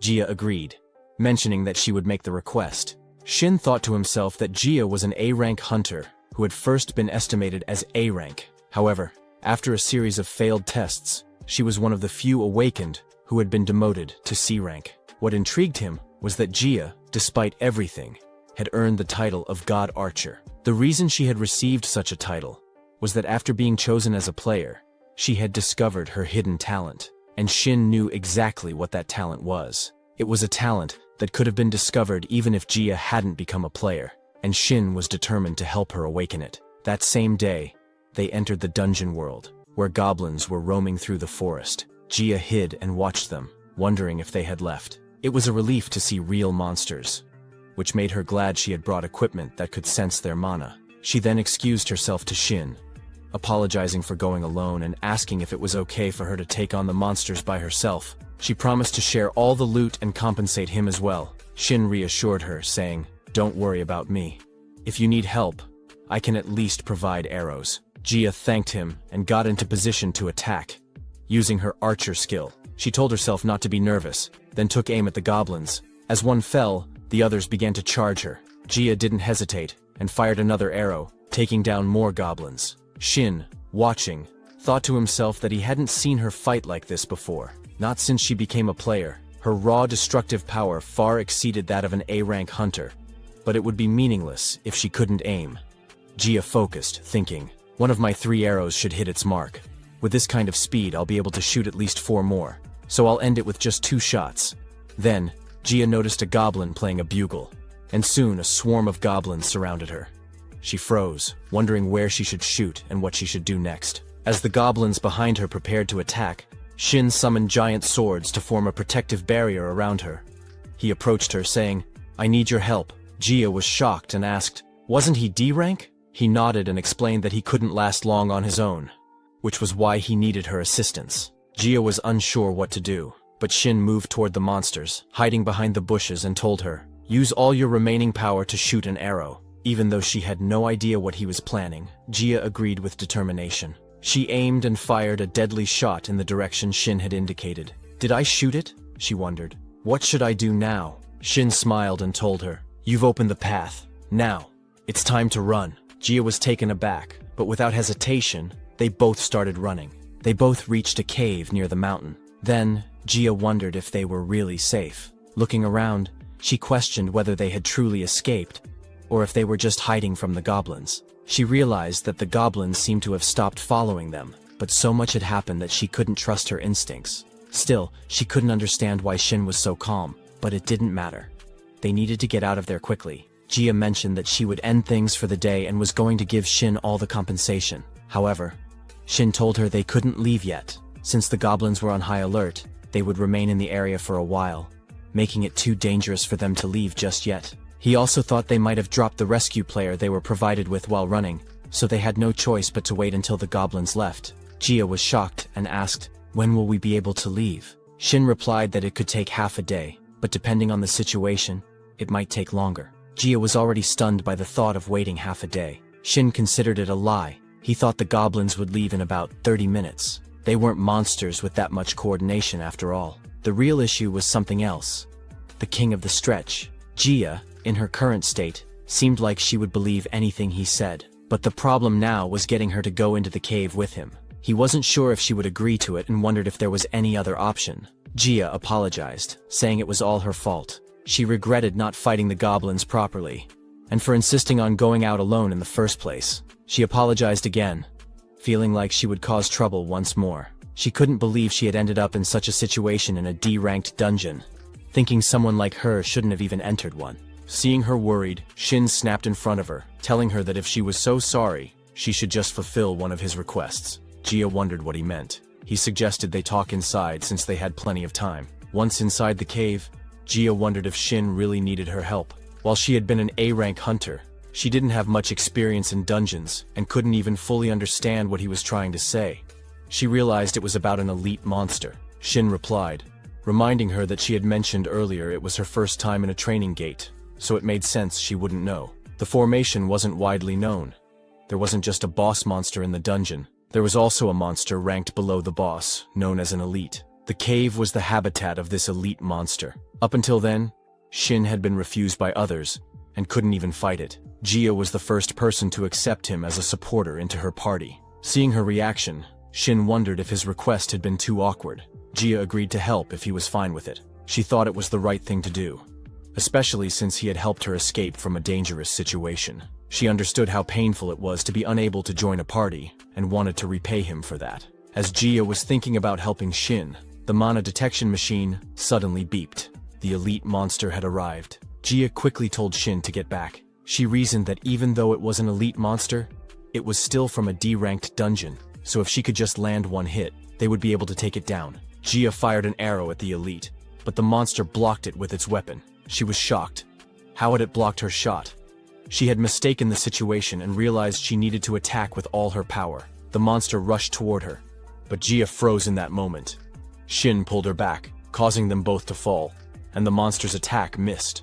Gia was worried about Shin's safety. Her mind flashed to the past where others had once criticized her. A girl had rudely confronted Gia, saying she couldn't even shoot arrows properly. She blamed Gia for nearly causing her death and demanded compensation. Gia tried to apologize, but the girl didn't want to hear it. The girl interrupted, saying Gia's apologies were pointless and just excuses. She claimed that just because Gia had been appraised as an A rank didn't mean the world owed her anything. Then, she told Gia to wait and promised to show her who she was really talking to. Now Gia, searching for another party after being expelled, had been rejected by multiple groups, even though she was an A-rank hunter. They were gossiping about Gia, calling her a failed A-rank hunter. One person mentioned that she had almost killed her party members in a dungeon. Another said they heard that Gia couldn't even kill a weak monster, which was why she was being rejected from even D-ranked parties. They wondered what had happened to her talent, questioning if she was going to be like this forever. Gia stopped listening, feeling the weight of their words. Birds, she thought to herself. Maybe she should just quit being a hunter after all. Because of her, even Shin was getting caught up in trouble. The elite monster wasn't attacking her directly. Instead, it sent its sword to block her attacks, telling her that fighting wasn't really its thing. Gia was surprised to see Shin stepping in. He calmly told her that he knew it wouldn't make sense, but asked her to listen carefully. If she could calm down and follow his instructions, they would win. He thought to himself that he had set the stage, and in such an urgent situation, there was no problem activating it. All he needed to do now was buy some time. He told Gia to look carefully at the monster, and if she did, she would be able to see something. Then, she needed to fire at that spot with all her power. Gia stood up, sensing something shift. It felt as though every fiber of her being was bristling. It was uncomfortable, but she pushed through, getting into position to attack. She could now clearly see where to strike. She knew this was her one chance and decided to put everything into a single arrow. With determination, she fired at the elite monster. Shin watched as the arrow hit, and the monster was blasted away. He realized it had worked. The conditions had been met. It seemed like it activated for no reason, but he knew it was all worth it. There was a huge hole in the monster's chest, and it finally collapsed. Shin mentioned that it would feel unfamiliar, and the sensation she was experiencing seemed to intensify throughout her body. The method he used was a bit extreme, but to awaken her, he had to trigger that feeling. Gia couldn't help but wonder who he really was, and why it felt like he had predicted everything that happened. She started questioning what awakening truly meant. He told her not to rush, assuring her they had plenty of time, but she insisted, demanding he stop changing the subject and just give her a straight answer. Just as she was about to say more, she fainted. Shin carried her on his back, commenting that making allies was tough, but at least he had managed to sort out that one thing. They made their way out of the cave, and when she came to, she told him she didn't understand why she had acted that way. It felt like she hadn't even been herself, and she couldn't believe she'd been so rude to someone who had saved her twice. She apologized for doubting him and for fainting. He reassured her that it was fine. No one was hurt. All the monsters were defeated, and she just needed to pull herself together. But tears welled in her eyes as she agreed. He then asked if she could hand him the necklace he had given her earlier, before they entered the cave. She stood up to give it to him, and when he saw its color had changed, he realized she had used it. He reminded her that it was the myqx sensation, something they could only obtain in an A-ranked dungeon like Harpy's Refuge.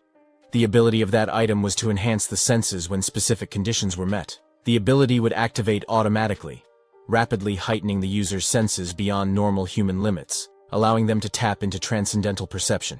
The tricky part, however, was meeting those conditions. The user's emotions had to be pushed to the extreme, and for someone with Gia's personality, the most effective trigger was extreme fear. He explained that he had deliberately created a situation where she would feel terrified. It was going to be tough, but as long as he succeeded, he would be able to awaken her, even at a cost. There were very few items like that on the market, and he had given up on using them. But to think that Tahin could acquire one in less than 2 days, that was only possible because Shin had made everything fall into place so easily. However, he knew this was just the beginning. Gia had only experienced the awakening through the item.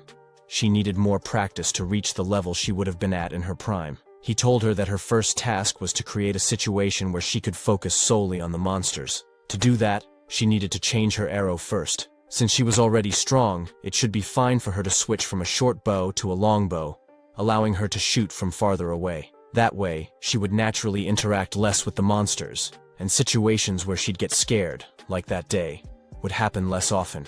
There were a few other things she needed to work on as well. She thanked him for all the advice, leaving him slightly confused by her words. She explained that she was grateful for everything, even the pendant. She had thought she was going to die without being able to do anything, but when she held that pendant, she felt something shift. It was like everything around her stopped, and she sensed a strange connection. She could see clearly where to aim, as if a target had been engraved onto the monster. To be honest, even though she was an A rank in name, she didn't feel any better than a D rank in terms of personality and skills. No matter how hard she tried to change, she only grew more disappointed in herself. But lately, it felt like she had grown so much in such a short time, just by knowing him. She began to realize she was more capable than she thought. For the first time, she felt excited about herself, and in a rare moment, she talked at length. Just as she was about to say more, he told her that it would be tough to do it alone. He gave her his number so she could reach out if she ever needed him. She smiled, happily accepting, and promised to share her number too. But just as she was about to, he received an urgent message from Tan and decided to contact him once they were out. The scene shifted to the Hunter Association headquarters, where Tahin was on the phone with Shin. After thanking him, Tahin said he'd contact Shin again after the briefing. He agreed to help Shin if he could, then mentioned that the item Shin had given him last time had been incredibly useful. Shin, now already out of the training area and parting ways with Gia, expressed relief that the item had helped and thanked Tahin for agreeing to assist him before ending the call. While Tahin waited, Min entered the room, informing him that the association president had sent word. They could move out now. As they left, Min wondered about the unusual situation. Normally, the president would send an official document, but today, he was summoning Tahin personally. Commissions sent through official channels were always tough, so if the president was calling him in directly, It might mean an S-rank gate had appeared again. Tahin reassured her that it was fine, especially since Shin had agreed to help as well. He said if he fought like he had before, there wouldn't be any danger. He felt it had been the right decision to build a connection with Shin. Min noted that Tahin seemed in a much better mood after the Arakan dungeon raid. She guessed it had something to do with that mysterious maker. He had been acting differently ever since, and she couldn't help but wonder about the unlimited support he'd mentioned. She also found it shocking that the guildmaster would offer such generous conditions, even though Tahin was no longer in the berserker class, which usually made it hard to control emotions. Yet, he was more calculated and cool-headed than anyone. Min couldn't help but wonder if Shin was more capable than she initially thought. But then again, there was no way a D rank could create a weapon that would satisfy someone like Tahin. Since Tahin didn't bring up Shin often, Min decided she would need to look into it herself. They arrived in front of a meeting room, where a man greeted Tahin, asking if he had come alone. Tahin wondered if someone else was supposed to be with him. The man replied that, from what he'd heard, 2 guildmasters were supposed to attend. But since Tahin had come alone, he could head inside first. Tahin then asked if the man knew who the other guildmaster was. The man said the other guildmaster had just arrived. A voice called out to Tahin, asking if it was really him, and mentioning how active Tahin had been lately. Tahin and Min turned around, immediately recognizing the person, who clearly pissed him off. The man smirked. I hadn't thought it would be enough just to see you here. The other guildmaster was Kim Mi-hyuk, and he had come to take a jab at Tahin, wondering who he was and whether he was the guildmaster. Tahin thought to himself that Kim was incredibly annoying. Kim stepped closer, saying that Tahin's guild was capable, but he needed to correct himself. It wasn't the Overkill guild that was the problem, but rather the guild master himself. Tahin told Kim he wasn't free enough to entertain his ridiculous provocations. Kim shrugged, saying that Tahin must be busy purposely choosing and touring low-ranked dungeons, probably wanting some sort of fame from rookies in low-ranked gates. Min was seething with anger at Kim's words about Tahin. Kim continued, explaining that while there had been some coincidental cases where they entered rank-error dungeons, their goal had always been to raid, not rescue. They had gone in on their own terms. Just as Min was about to argue back, Tu stopped her and told the man at the door to open it. He explained that they were there to meet the president. The man agreed, opening the door and mentioning to the president that the 2 guildmasters had arrived. The president responded that he could hear them coming and that those 2 were as troublesome as ever. They entered to speak with the president, while Min, who wasn't part of the conversation, stayed outside. She sat down on the floor, and a man handed her a cup of tea. She thanked him for it. Inside, President Han Cheolman told Tahin and Kim that Heaven had urgently requested both of them 3 days ago, after a strange head appeared and disappeared in the suburbs. Tahin wondered if it was a rank error dungeon. Cheolman only shook his head, denying it. There hadn't been enough confirmation, and it wasn't even possible to measure the mana of the gate. Kim was shocked to hear that. Tahin thought it was strange that a gate had appeared that couldn't even be measured normally. The rank of a gate was determined in 2 ways. First, a special measuring instrument was used to assess the mana of the gate itself, since, generally, the final calculated rank would match the rank of the monsters inside. The second method was by combining reports from the scouts sent by the association. Cheolman continued, explaining that rank error dungeons happened when a gate's mana increased rapidly. But this situation was different since no measurements had even been made yet. Tahin then asked if Cheolman had sent scouts to investigate. Cheolman mentioned that they had sent scouts 5 times, but none had returned. Kim pointed out that Cheolman didn't know the rank of the gate and had no information to share. He hadn't even informed Kim about it right away. It seemed like Cheolman wasn't just trying to shift the blame. They couldn't know how long the gate, with its unknown rank, would stay open. And in that situation, if left unchecked, it wouldn't be surprising if monsters eventually broke through. There had been cases like that before, and every time it had been hell to deal with. Just as Cheolman was about to continue, he was interrupted by Tahin, who pointed out that it was shameless. But as they said, this was an emergency. Cheolman insisted that he wouldn't take no for an answer, and needed both guilds to work together to raid the unconfirmed gate. He had originally planned to send the Hunu guild as well, but due to their sudden foreign dispatch, they couldn't join. This was serious enough to involve all 3 of the big guilds, and the deadline was in 2 days. He promised to prepare support funds and reward money to the best of his ability. If they needed anything else, the association would do its best to provide. Tahin thought for a moment, and then asked if they had to create a team based only on guild members. Cheolman replied that it didn't matter, but since the gate's existence could cause chaos and panic among the public, They would only allow a small number of verified individuals. Tahin agreed with that. The scene shifted to the Shunua Guild, where Kim rushed in and threw his coat aside. The others welcomed him, and he ordered them to create a team using only guild members with ranks A or higher. He wanted them to choose who could depart in 2 days. Kim couldn't help but think that Tahin must have a trick up his sleeve.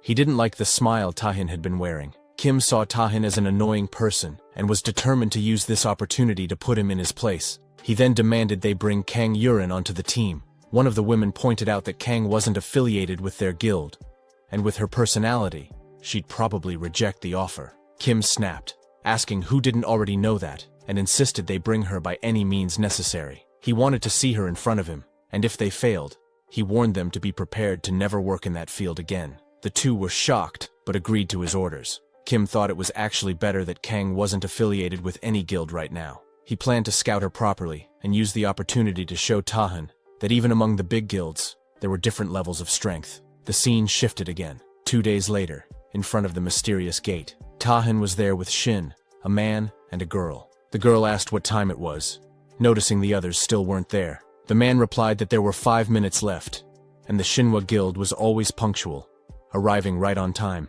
The girl muttered that that was why she didn't like them. No manners. She joked that if they ever did learn some, she might shoot a hole in their heads. Just then, the man, who was the vice guild master, called her by name, Sun Jae, and gave her a light smack on the head, warning her to watch her words. She remarked that he was really brutishly strong, to which he glared at her. Without warning, he started chasing her, and she quickly ran off. Shin told Tahin that his guild members really had a great relationship. Tahin replied that even though they might look like that, they were incredibly reliable during battle. He then thanked Shin again for coming, admitting he'd thought Shin would turn him down. Shin explained that he'd already mentioned using the item Tahin gave him, so he felt honored to help. He also pointed out another reason. 5 days ago, a system window had appeared with a hidden quest that only a small number of players received. The selection for the quest hadn't even started yet, but he was already chosen. There was no reason for him to decline. He went on, saying that although the quest had extreme difficulty, clearing it would reward players with incredible rewards, and some people even awakened new abilities. Tahin thought it would be tied to that dungeon. Tahin apologized on behalf of Kim, knowing the man's rudeness was inevitable. Kim and his team arrived, surprised that they were so early. He apologized, saying he had a lot of work, but it seemed like the Overkill Guild had plenty of time. He teased that they must be spending all their time on low-ranking gates. No wonder they had so much free time.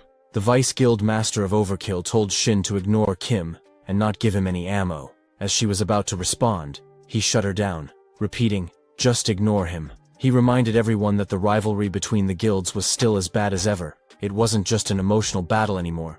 It was all over the mass media, the constant debates about which guild was stronger. Kim looked at Shin and laughed, wondering if Shin was Tahin's hidden card. He acted like he had something up his sleeve, but it seemed like it was just him. Kim then mocked Shin's clothes, asking if he was on a trip.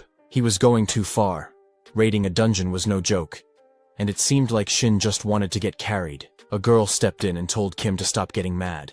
They had a new member, Kang, who had overheard and asked if they hadn't said they had no time to waste. She didn't think they had time to argue, so they should hurry up and go. Sun was shocked to see Kang and wondered about the lineup of their party. She recognized Kang as the strongest element master in Korea, someone who could use all 6 elements and an S-rank sorcerer. Then, of course, there were Kim and Taehin, an all-star lineup. She thought the raid would be a piece of cake, and that she'd gladly let them carry her. Shin, however, felt it wasn't going to be so easy. The dungeon they were about to raid was the same one from his last life. Of the 8 party members who had gone in that time, only Tahin had survived. And barely, using his trump skill afterward. The gate had suddenly disappeared, becoming an unprecedented case where 7 high-rank awakened were declared missing. The association had worked hard to censor all the information, so there was almost nothing left about the dungeon. Shin couldn't guarantee they'd defeat it this time. They entered, and Kim attacked a doll, killing it easily. He chuckled, calling it so easy. Shin was left wondering why it seemed so simple. As they were heading back to the gate, Shin mentioned how cool the place was. The Vice Guild leader told him to lower his voice. Suddenly they noticed the gate was closed. The Vice Guild leader of the Overkill Guild tried to open it but failed. He suggested they break it open with force. Shin said, "You want me to break it too?" A few of them attacked the door, but it didn't even budge. Kim told everyone to step aside as he would handle it. Just then, 2 of the Torah maids came in to attack, but Kim struck them back. Wondering what those things were and how they managed to get in his way, one of the girls commented on Kim's skill. Kim replied that it was no big deal and asked why he would waste his skill on something so trivial. She then noticed that the monsters were resurrecting. Kim explained that they had a resurrection ability, and that they would need to be at a certain level to even stand a chance against him. He created 2 giant hands to strike them all at once. The others were fighting the monsters too. Shin and Kang were standing quietly, and Shin asked why she wasn't fighting. She asked the same of him. He explained that he was a support-based production class. She said there wasn't really a reason, she just didn't feel like putting in effort for a party like this. She had been a little excited at first, thinking she would be working with the strongest person in Korea, but now it seemed like all show with no substance. They couldn't even kill one monster. Had she known it would be like this, she would have declined the invitation. Shin felt something strange about the polluted mana from the monsters. It didn't seem normal. He wondered if it was like they were tied together by threads. All of the mana seemed connected to an object, and he thought maybe they just needed to break it. He also wondered if he had any reason to show off his skills to them, but it should be fine if he could just use his rental powers. Kang used her ability to make something small appear from the ground. Shin asked if she had enough mana to deal with the bugs and why she didn't send it over there. She replied that she had mentioned it earlier and that she only kills what she wants to. As she destroyed a bug, Shin thought it might be worth checking and then teased her, saying she must be afraid of bugs. She snapped at him, telling him to stop talking to her because it was annoying. He apologized, saying he wasn't meddling, but pointed out that there might be a bug monster nearby. Kim was attacking the monsters as well, but they kept getting back up. He wondered why his attacks weren't working. Tahin was also fighting them, and then suddenly, everything stopped. Kim wondered what had happened and realized he was finally warmed up, though it felt like small fires were starting to burn out. In the end, the object controlling the monsters was destroyed, and Shin, absorbing its mana, realized it was the source of the resurrection ability. If he hadn't been able to see the polluted mana, he wouldn't have been able to figure it out. Shin wondered if this was the reason they had failed to raid it in his last life. Tahin told the Vice Guild Master that the lobby was basically empty, and they didn't know for sure what was going on, so they should research the entire first floor. The Vice Guild Master agreed, saying he would take the lead and everyone should follow him. They rushed ahead and ran into a group of the same monsters. Kim shoved the Vice Guild Master aside, saying he would go first. He attacked the monsters, and Sung wondered if the mana they were gathering was coming from the object inside itself. Shin pointed to his spot and told her to shoot there. She got confused, asking if that would break the controller. Shin told the others what was happening, and in a second the situation was cleared. There wasn't much to it. Shin thought to himself how quickly they had cleared the first floor, moving through the rooms so fast. Then they reached the stairs, and Taehin said that since they had finished the first floor, it was time to head to the second one. Kim called him a bastard, and told him not to act like a leader since he already knew what was going on. Taehin told his people to follow him, but as they walked, Kim thought Taehin was ignoring them. He was determined to crush Taehin's pride too. Suddenly, Kim felt pain and realized he had pushed himself too hard just fighting. He then said they should go, and the girls suggested they go together. Shin felt something was bothering him from Taehin's words. Nothing seemed wrong, but he needed to check the room himself. So he entered alone and saw some man ahead of him on the second floor. They were attacked with strong power, and Kim said he didn't have time to use his skills. The others were surrounded, and were doing their best to protect themselves. Taehin asked if everyone was fine, and thought of the invisible monster, sensing it was of a high rank. The Vice Guild Master said he was fine, and Sung added that she was okay too, but she couldn't see Shin. Taehin was shocked to hear this. As he looked around, he realized he hadn't noticed Shin and wondered what had happened to him. He called out Shin's name loudly. Meanwhile, Shin, still in that strange room alone, thought the battle outside was going badly. He had finished absorbing the mana and knew he needed to rejoin the group quickly. But as he turned, the door was already closed, and he wondered if there were any enemies inside. Then he saw a girl appear from behind the door, holding a small doll in her hand. Shin had wondered what a young girl was doing in the dungeon. She called out to him, asking if he was the hunter, and then told him to just follow her as she turned to leave. He called out, asking her to wait, and how she knew he was a hunter. She replied that the lady downstairs had told her a hunter would come to save her later, and that they should leave together when that happened. Since Shin had made it all the way here, she figured he must be the hunter the lady had talked about. Shin wondered about that lady. They both headed downstairs, and the girl asked him if he didn't know her. She thought it was strange but was sure he was the hunter the lady had mentioned. Then the girl called out to the lady, saying it was time to get it together because the person she talked about had arrived. As Shin looked at her, he thought it seemed like she had suffered some mental damage from something. He excused her, saying he had been sent by the Hunter Association. When she heard that, she immediately got up, asking if he was really sent by them. He confirmed and mentioned that it must be a tough situation for her, but he wanted to understand what happened. She got on her knees, visibly relieved, and thanked him. She then explained that she was the 4th scout sent into the dungeon. Since the first 3 scouts didn't return, she was ordered to investigate and search for them. However, as soon as she entered the dungeon, dolls from all directions started charging at her. She was taken aback and tried to leave through the gate, but for some reason, the door was closed, and the wooden top was blocked, trapping her inside. Shin thought they were in the same situation, and asked if she knew what had happened to the other scouts. She nodded and explained that she had called out their names to check from the entrance, but something felt off. They seemed unconscious. Suddenly, the others tried to attack her, so she ran and ended up meeting the girl who had helped her a lot. She said the lady had played with her too much. Shin asked for the girl's name, and she replied that she was Elizabeth, but preferred to be called Beth. He suggested they leave together for now since staying there alone would be dangerous. She replied that the outside was even more dangerous on the 2nd floor. They kept battling the invisible monsters. Shin felt the enemy's stealth was slowly wearing off, and wondered if they were human-type monsters. Just then, a card fell, and Shin noticed the face on it. It was similar to the one on the missing scout poster he had received from the association president. Sung also mentioned that the enemy's faces seemed familiar. When Shin saw the card, he told everyone not to attack. Those were the missing scouts. He thought that stealth was a skill that couldn't be used again for a few minutes after its duration ended, and it carried the risk of greatly reducing movement speed. Right now, it would be difficult to knock them out easily. Suddenly, he heard Kim shouting excitedly, thinking the monsters were finally learning how to use stealth. But then he realized they were just the scouts, as their speed slowed down. Kim said he would kill them with one punch. He attacked, and Sung even shot at him, aiming for his nose. This only made Kim angrier. Kim had gone insane, pointing out that those weren't monsters but people they needed to save.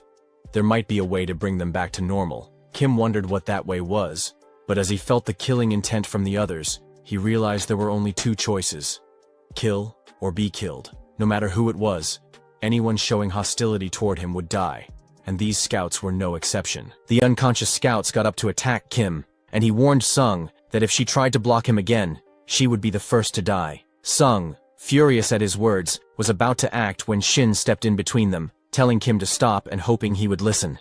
Kim told him that everyone was blind to their own causes, and he would show Shin how blind he truly was. At that moment, a girl stepped forward to protect Shin. Kim coldly said it wasn't a request, but a deal. He would pass over the raid's rewards and funding to the Shinhwa Guild. With those conditions, he thought it was enough to consider it. An attack came at Kim, but he blocked it with his hand armor, saying it was just a warning. He added that if Shin pissed him off even slightly, he would kill him immediately. Shin thanked him for the warning and thought he had gained a bit of time. Sung apologized to Shin for what she had done, and he told her to take responsibility later.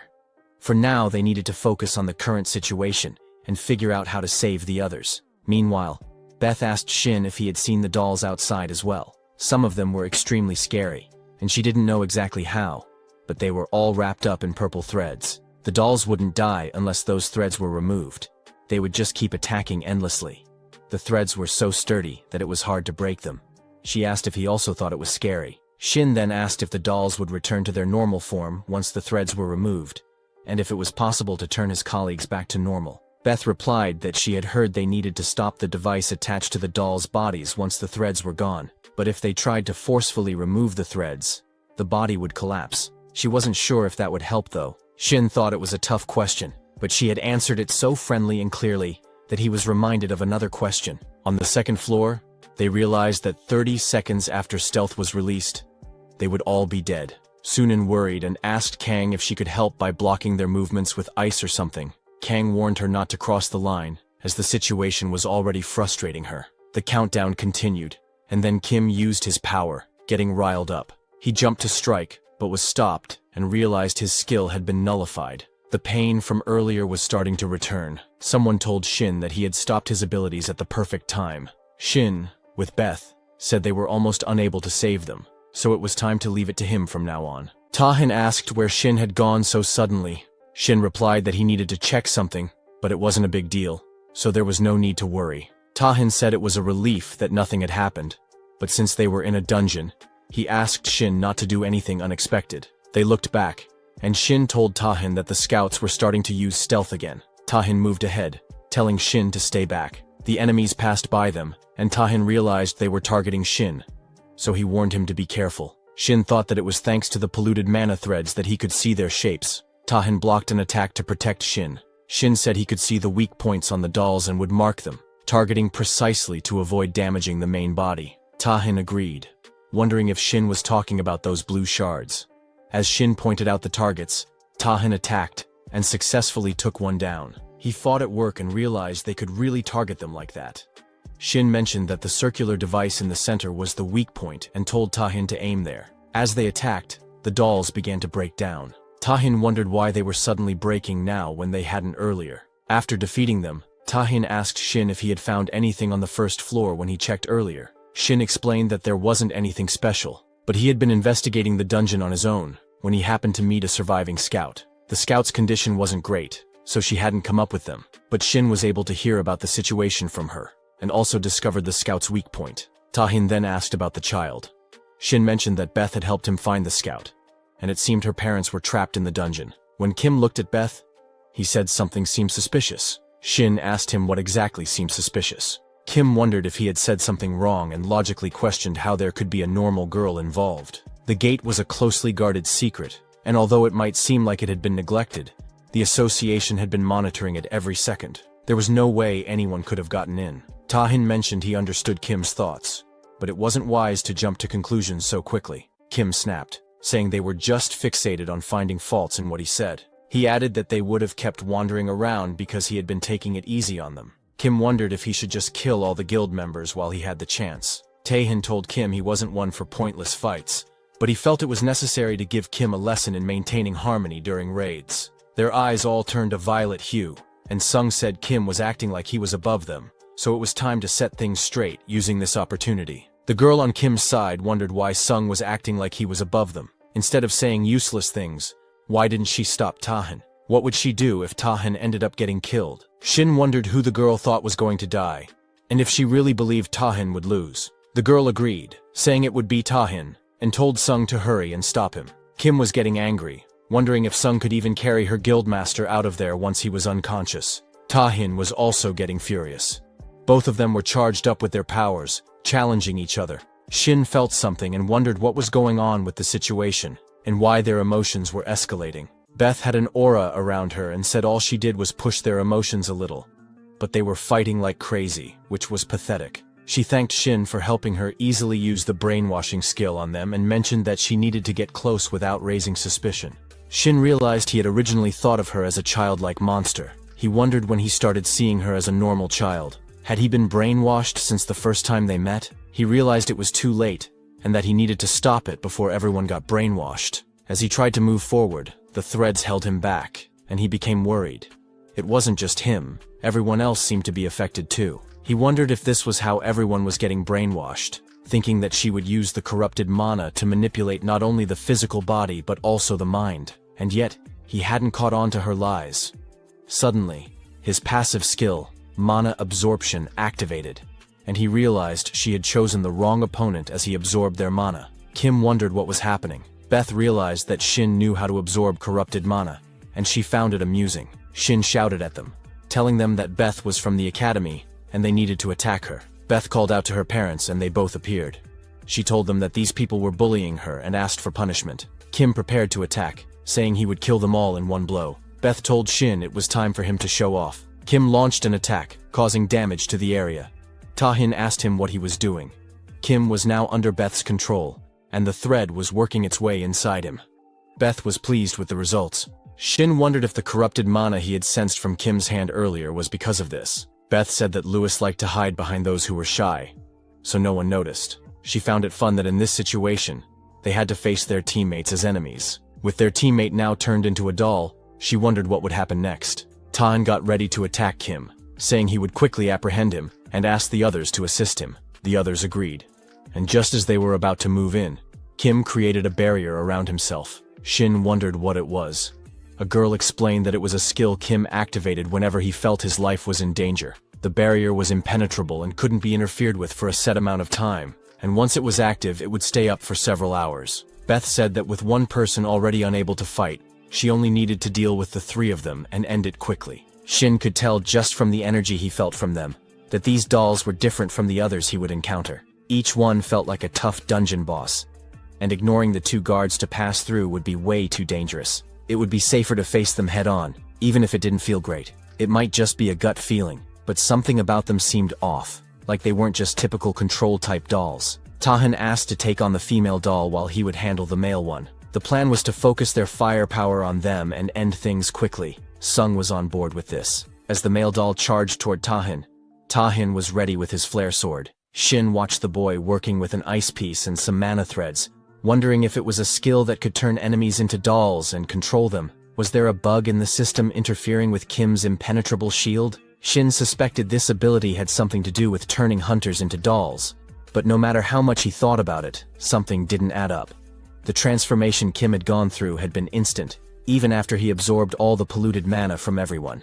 So before he used his mana absorption, when everyone, himself included, was tied up in the polluted mana threads, Beth had the chance to turn them into dolls, but she didn't do it. While the other members were fighting, Shin kept thinking, if Beth was just playing with them, why would she reveal herself? Not only did she lead him to the Lost Scout, but she also taught him the weak points of those who had turned into dolls. After gaining his trust, she quickly showed her true colors, making everything meaningless. No matter how much he thought about it, something felt off. These weren't the actions of someone who enjoyed internal conflict. It was almost as if she was being forced to fight. Kim managed to land a hit on Tahan, and Shin noted his incredible durability. But with the weapon Shin had made for Tahan, he could channel his power into it and maintain control, making it ready to explode. Shin kept thinking it was unfortunate, but at least they had the weapon for situations like this. Then Sung called out to the Vice Guild Master, saying it was enough and that it should be soft enough now.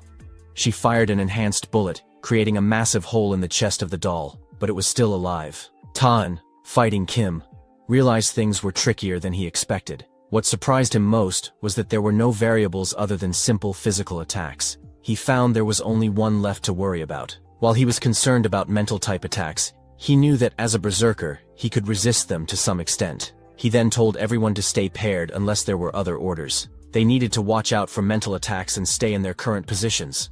Beth called out to her parents, telling them that everyone had been destroyed. As Tahan rushed to attack her, she smirked and said it was perfect timing. Tahan landed a hit, causing her small doll to fall from her hand. Sung was pleased with Tahan's move and asked if everyone had seen it, reassuring them that their worries were for nothing. Ken commented that Beth had acted like something big was going to happen, but in the end, it was all so boring. Shin thought that it would be best if everything ended there, realizing his assumptions had been wrong. Tahan, however, looked at Beth's corpse and reflected that even if she was a monster, seeing the body of a young child wasn't a pleasant sight. Just as he was about to order a retreat, the four of them froze, not from magic or mental attacks, but because they felt something they would never experience before, an overwhelming presence. Shin immediately recognized it and muttered that, as expected, the hidden boss.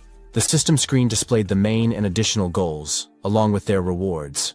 Beth appeared in her true form as a vampire, thanking them. She explained that she had been waiting for people who could destroy her parents, and instead of that, they betrayed her. Now, they would live eternally with her power. Beth was furious. She called them ungrateful rat bastards for abandoning her in that useless body, and now she finally felt alive. How long had it been? She hated every second of it, spending all that time in such a weak form. Kang snapped at Sung and the Vice Guild Master, telling them not to just stand there like idiots and to prepare for what was coming. Kang realized that while Tahan was talented, facing a monster like Beth alone was impossible. Beth smiled and told Tahan that he was being cute, but called him a rat bastard. The three of them were confused by her words. Beth then said, "Let's see, shall we?" and added that she would enjoy a meal for the first time in a while before using essence drain. The group began coughing up blood. Kang thought to himself that high-ranked undead were skilled at absorption-type magic, but from that distance, with this many people, she could suppress them without needing to activate any conditions or prepare in advance. Just how much of a monster was Beth, really? Tahan activated his flares, and Beth commented that he was strong. Strong enough that even in their current state it could have been a problem for her. If they had been able to use all their power, the results might have been different, but that wasn't going to happen. She crushed something in her hand and attacked Tahin. Shin couldn't help but wonder, what percentage of a threat did he think they were facing? Tahin asked Shin what he meant by that. Shin explained that the Berserker's explosions had a limited output. Tahin couldn't keep using 100% of his power all the time because his body and rationality wouldn't hold up. He had heard that Tahin adjusted the explosion's output based on the situation, but since he was still new to using the explosion skill, he wasn't completely sure how to manage it. When Tahin fought Irachan last time, Shin believed the output he used was no more than half at his maximum, and since then, Tahin had probably been using even less than that. Tahin admitted that even so, his strongest sword still broke, and in his current state, he wasn't sure if he could reach a level of output he would never attempt to before, but he would buy some time. Shin remarked that he wanted to monopolize Tahin's abilities, but he knew that was a ridiculous request. Tahin suddenly felt a strange energy and wondered if it was mana. Shin continued, saying it felt like he would be tied to Tahin from now on, so he thought it would be best if they kept pushing each other to grow and develop. Using his demonic weapon production skill, Shin had saved 100 units of polluted mana and was searching for a suitable weapon from the demonic realm. Finally, the production was complete, and the demonic Leviathan weapon appeared in front of Tahin. Shin urged him to take it and show what he was capable of. Tahin felt something was different about the sword. If it had been any other sword, he would have grabbed it easily, especially with all the special abilities it probably had. But this one felt strange, despite knowing that Shin had made it. Tahin gripped the sword tightly, feeling the power around it. You could tell it was infused with polluted mana, and based on the energy, it must have had a flame attribute ability. It seemed incredibly powerful. Beth commented on the polluted mana and the flame's energy, noting how strong it was. But unfortunately for them, she used blood magic to activate her bloodbath territory. As the blood began to seep onto Shin's shoes, he quickly realized it was a wide area skill, and wondered if the ability had an absorption and shutout effect. Beth mused that while the strength of the absorption wasn't as strong as earlier, it was still a versatile skill. She told Shin that his mana management and basic metabolism would slowly be paralyzed, and everything, down to his bones, muscles, nerves, and veins, would melt away over time. The pain wouldn't be as intense, but it would still take its toll. Tahin kept moving toward her, and Beth thought to herself that he was still moving perfectly fine even after activating his kill-off technique. But honestly, he wasn't perfectly fine. The movements of Tahin's body weren't controlled by his own will or consciousness. They were driven by the sword's power. The strength he was displaying now felt much stronger than before. Beth thought to herself that this would be more fun, especially when she destroyed the dolls on her end. Tahin rushed forward, ready to attack, while Beth used blood magic to launch a thirsty hand attack. As the attack was about to land, Tahin countered with a flare from his sword, destroying it. Beth was confused, wondering what that power was. It was at least double the strength of what she had seen earlier, maybe even more. Shin, equally astonished, watched as Tahin slashed at Beth. She spat out blood, realizing he had been holding back his output up until that point. The system screen then notified Shin that the main goal had been completed, and the raid was a success with the defeat of the hidden boss. Shin received a reward box, hoping it would contain an item to help with mana recovery or capacity. Then, the Leviathan's sword disappeared. Shin read the description and wondered about the search method. Was the weapon search totally random, or was there some standard for it? Tahin returned to normal, his body trembling as he wondered what had just happened. Shin told him not to overthink it and just stay put. Even if Tahin tried to get up, he wasn't in any condition to walk. Maybe if you were fully fine, but you've already taken a significant amount of damage. Outputting that level of power, Shin was surprised that Tahin had been so reckless with his energy and suggested they rest for a while, since it didn't seem like anyone's life was at risk. Tahin reached Beth, who was still able to speak, and she congratulated Shin. Shin thought it didn't seem fatal, so whether the raid was considered a success when she was still alive was questionable. He then asked about her connection to the dungeon and the dolls, pointing out that the polluted mana control and the dolls clearly came from her. Yet despite that, she didn't seem to have control over them. They moved to protect her as if she were their property. Beth agreed, explaining that the dolls had to protect her because she was their precious power source, the one who helped maintain them. She then shared a story from long ago, saying that on a whim, she had indulged the dolls in a way she normally wouldn't have. She had saved the life of a wraith that was about to fall into the water, which would have been an odd story if it had ended there. But the dolls, being a bit strange themselves, couldn't just let their savior go. They invited her to stay with them. It was the first time a human had done something like that, and she ended up trapped in that situation. Beth wasn't sure when the turning point had come, but when she regained her senses, she realized she wasn't a guest anymore. She was a family member.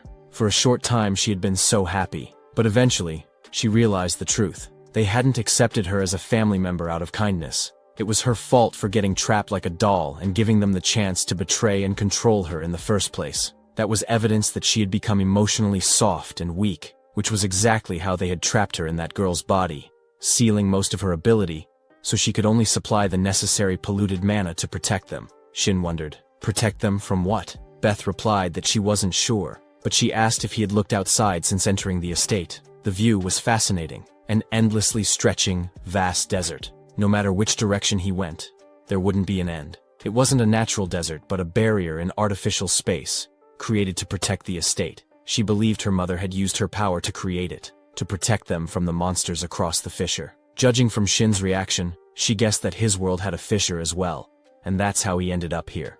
She felt like their worlds had gone through similar things.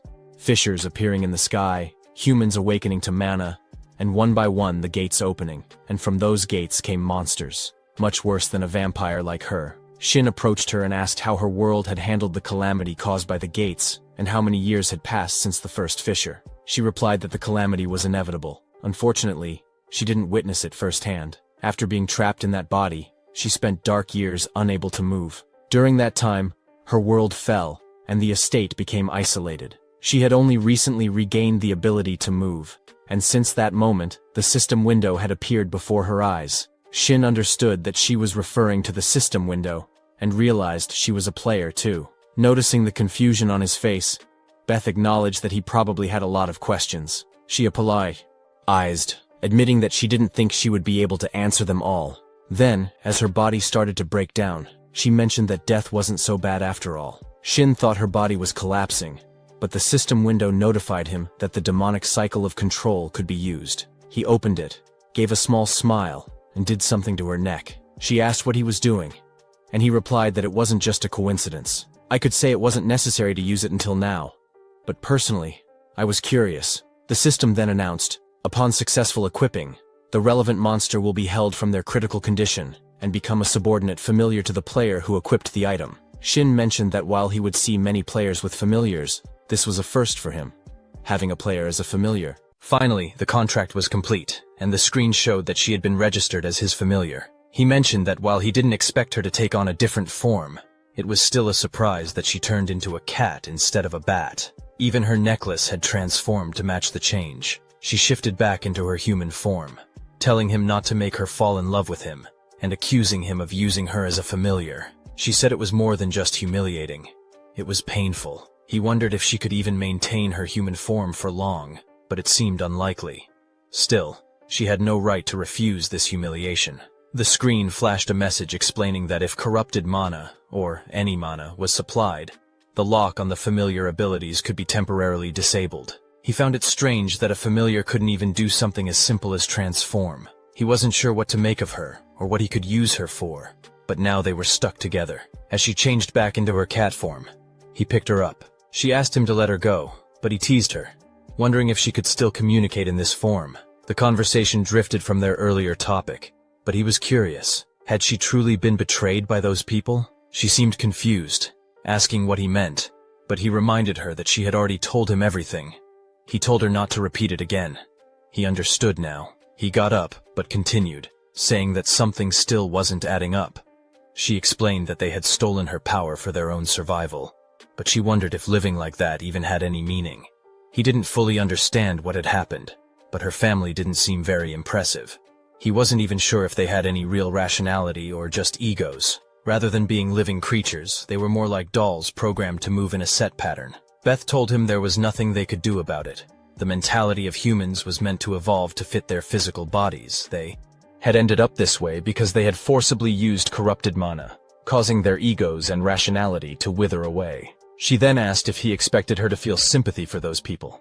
He denied that, adding that if it were him, or most humans, they wouldn't choose to continue living like that. Shin then thought about the father doll.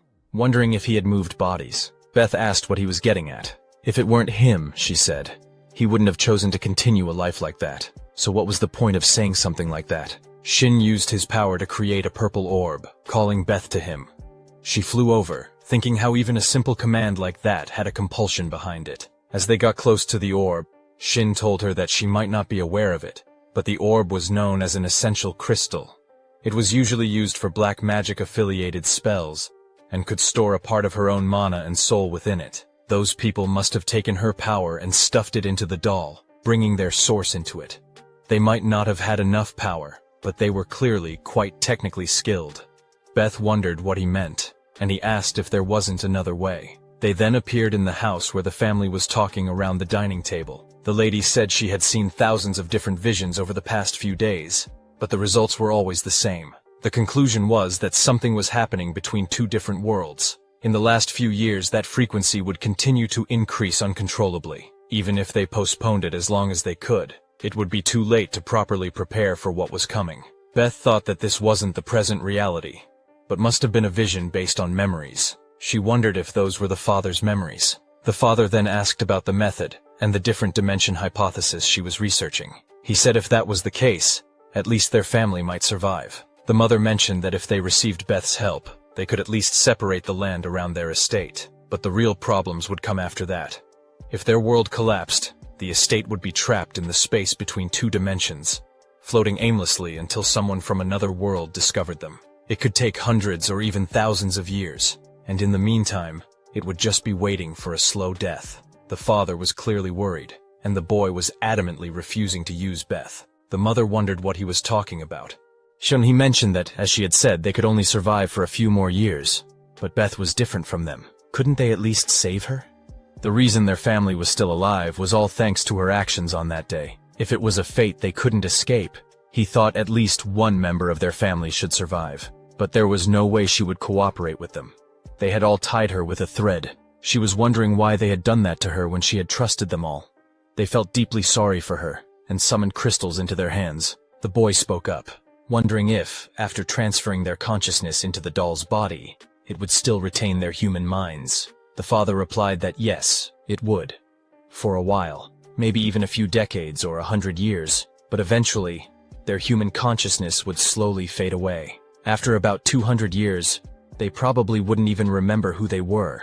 They would still be the dolls they had to be. Even though their dimension was isolated, they didn't know what kind of dangerous variables might appear. And when that time came, they would protect Beth from those dangers. The father didn't know how long it would take, but they would do everything they could until someone from another world came to take her and save her. Shin had consumed 50 corrupted mana, and then he saw that Beth was crying. He wondered why they hadn't told her about it earlier. Shin told her that if they had, they all would have met their end together. It was a ruin they couldn't avoid. She would have chosen to face it with them. He told her not to sit around and to get moving. They didn't have much time. The system window flashed, indicating that the freed abilities for Beth would last only about 2 minutes. Shin told her that this wasn't even a complete recovery. To think that 50 corrupted mana only gave her 3 minutes.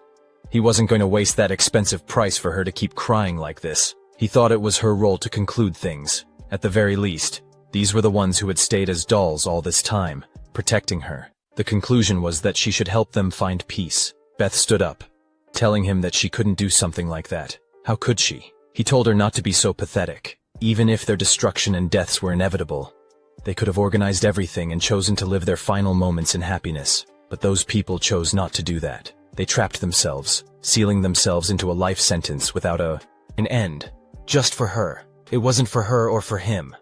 But she should at least do something for the devotion of her family. It was the least she could do. She didn't understand the meaning behind her family's actions, but then she used her power. The system screen showed that the additional goal had been achieved. Shin had discovered the truth about himself. Finally, the dungeon raid was completed, and they were taken out by others, as they were all severely injured. Shin was walking on his own, and mentioned that he felt like he had been in there longer than expected. He couldn't say that in front of Beth, who was still in cat form. He then asked her what she thought of it compared to her world. She decided there was no comparison. Even the mana she could feel was so weak. But she knew she didn't have the right to choose. No matter what kind of place it was, she would do her best to live. That was her obligation. The scene shifts to Kang's house at night. She muttered about why she couldn't give up drinking, finding it so annoying. Then, she sent someone and asked what a rat was doing there. Was he there to ruin things? Until the end, the boy, turning on the light, replied that she had called him a rat, which was rude. He said he was just waiting for his colleague, having a glass of wine. Exhausted from longing, he figured she could understand that much. She used her power, telling him it was enough of his nonsense, and demanded to know why he was there. Do you want to pay for the bottle he opened? Even his life wouldn't be enough. He slammed the table, frustrated, and said she was being so mean. He wasn't there for personal reasons. He had heard that she had gone to an unconfirmed dungeon, and as she knew, he was quite interested in those. So he had come to hear about how fun it was. After she told him everything, he understood that she hadn't seen anything at all. It surprised him that the tall and proud queen would black out so pathetically in the middle of a raid. She told him to shut up. The situation had gotten so weird. Even if she had been unconscious, she had confirmed the results with her own eyes. She saw Tahin finish the boss with just 2 swings of the sword that Shin had given him, and even considering a berserker's explosion, it was an unprecedented amount of power. The boy agreed, mentioning that the S ranks were different, and so far, it was definitely worth hunting. But Kang wasn't so sure. While all of it was memorable, she thought they should focus on the supporter. She believed the boy was just a D-ranked small fry, that he could only make weapons, but that weapon had endured the full power of Shin. And if they wielded a sword, the man interrupted her, saying that if she knew how to make a sturdy sword, it would be really useful. In fact, it might even be worth carrying around. But in the end, the tool was just a tool. If there was no one to grab the hilt and use it, it was useless on its own. He was about to leave, commenting that the ability of those at both ends of the sword and the purity of the fight were what truly mattered. Everything else, he said, was simply impure. She replied that if he hunted Tahin, that impurity might be the main reason for his failure. He agreed, saying that a D-rank supporter the queen was obsessed with was interesting. While it wasn't to the extent of Tahin, he was curious about her. He planned to meet her later, and by then he might have killed both Tahin and that impurity. The scene shifted a few days later to Shin's room. He was lying on the bed, thinking that he had slept for a few days in a row, but his condition still wasn't recovering. Rather than the demonic weapon production, he thought it was more likely because of Beth's absorption skill. He asked her if there was a way to get rid of the side effects of her skill. However, when he looked around, he realized she wasn't in the room. He wondered where she had gone. After a moment of thinking, he figured it would be fine. After all, she was his familiar, so he could force her to be summoned. She would know that, and she had to be curious about the new world. As long as she wasn't doing anything weird, he would be fine with it. Then, he noticed the mischievous treasure chest, and thought to himself that he never expected to see one in real life. He wondered if it was a random reward, something frequently mentioned by players. Everything that came out of the box was randomized, and it wasn't just handed to anyone. The objects the chest bestowed were limited to things the owner of the chest needed. The problem, though, was that the function was a bit off. Like a sword that was sharp and firm but missing a screw. It could only be used to attack, not to block. Or like a shield that could absorb any impact without recoil, but would also randomly reflect that impact onto someone else. And despite its extreme weaknesses, what made it so wicked was that it wasn't an unusual item. There were many cases where people tried to use equipment matching the conditions somehow, and still ended up seeing blood. If there was one item he needed right now, it was something with the ability to recover mana, or increase the total amount. He wondered what type of item would come out and whether it would have any weaknesses. Finally, he opened the chest, and a blue light glowed inside his room. He found a ring called Trader's Gluttony, which allowed the wearer to use the skill Mana Drain. He was confused, and Hey in the system screen popped up, explaining that the function depended on the amount of favorability the target had toward the wearer. Frustrated, he threw the ring aside. At that moment, Beth entered the room. Shin thought that the drain ability itself wasn't bad. It was kind of overpowered. But the condition was favorability, and the name of the item was ominous. Beth mentioned she didn't know why he was angry, but it felt like he had a guest outside, referring to someone as an idiot who had come by. Shin looked out from his apartment and saw Kim getting out of a car. He wondered what was up with the state of this neighborhood. What kind of place was Tahin letting his supporter, Shin, live in? Even though Tahin acted like he was being so generous, he was really just a terrible person. Shin thought that Kim might be right. Kim looked at the apartment building, thinking that it seemed a bit too much for him to scout a supporter on his own. But Shin was valuable enough to make it worth the effort. Even without Tahin's report, Kim could feel the situation unfolding for himself. Back then, Shin had done something for Tahin, and the energy that came from him was powerful enough to break through the barrier, reaching Kim for a brief moment. Kim didn't understand why Shin was only at D rank, but he was certain Shin had the potential to be at least A rank. That meant Tahin didn't hire Shin for nothing. As Kim thought about it, he figured if Shin wasn't entirely loyal to Tahin, he would try to approach him. Shin came down to meet him and asked how Kim had found his apartment. No matter how he thought about it, there was no way Kim could have found his address legally. Kim, not bothered by the question, responded, "What really matters isn't how I found it, but how you received it." Normally, in situations like this, most people would be impressed, thinking that the best guild wanted them so badly. He waved his hand towards Shin, adding, "You must have been pretty impressed to come out and meet me in person." Shin stepped past him, saying that he didn't come to meet Kim, and apologized for it. He explained that it was just the renewal date for his helper job certificate. Kim mentioned the things Tahin was giving Shin, promising to give him triple the amount. He knew that after what happened last time, he probably looked like a fool to Shin. But to those with ability, Kim would treat them well. He would give them the best treatment, something no one else could match. Shin replied that he was surprised Kim was self-aware to that extent, but it wouldn't change his response. "I'd give the same answer I gave to Tahin. There's nothing you can offer me." Kim got pissed off, as he had received the same kind of reply from Kang. He asked if she thought he and his guild were idiots. Angered, he clenched his fists and said that he would show both Shin and Kang what he could offer. He would make it so they would both end up begging him for the job. Kim left, thinking that he would reconsider this before the Hunter Association's accessibility was kind of a mess. Most hunters drove their own cars, which made sense in a way. He bumped into a man and quickly apologized, but the man just walked off without saying anything. Shin felt like his condition still hadn't fully recovered as he was walking. A person approached him directly. He tried to recognize the face but couldn't. He wondered if Do-jun Hun was still alive. The scene shifts to a dungeon entrance where a man with a giant hammer tells his party head, "If everything's good with our preparation, it's time to head inside." He reminds them that from C-ranked dungeons and above, even high-ranked hunters can get seriously hurt, or even die from a mistake. So everyone's probably aware of the risks, but when it comes to safety, we can never be too careful. A girl nervously admits this is her first time attempting a C-rank dungeon or higher. Shin, the helper, wonders if that's true, then reassures her that their tank is a veteran. If we follow his lead, we shouldn't run into too much trouble, though he knows it's not really the helper's job to give out assurances like that. They start heading forward, and a man named Yoon Dojin, hiding his face under a hood, thinks to himself, "I'm a D-rank supporter within macro crafting. It's been 2 years since I started hunting, but I've only had about a year of practical experience." He remembers his first year with the Don Guild, led by Hong Do-yoon. Dojan recalls a conversation he had with Do-yoon during a meal,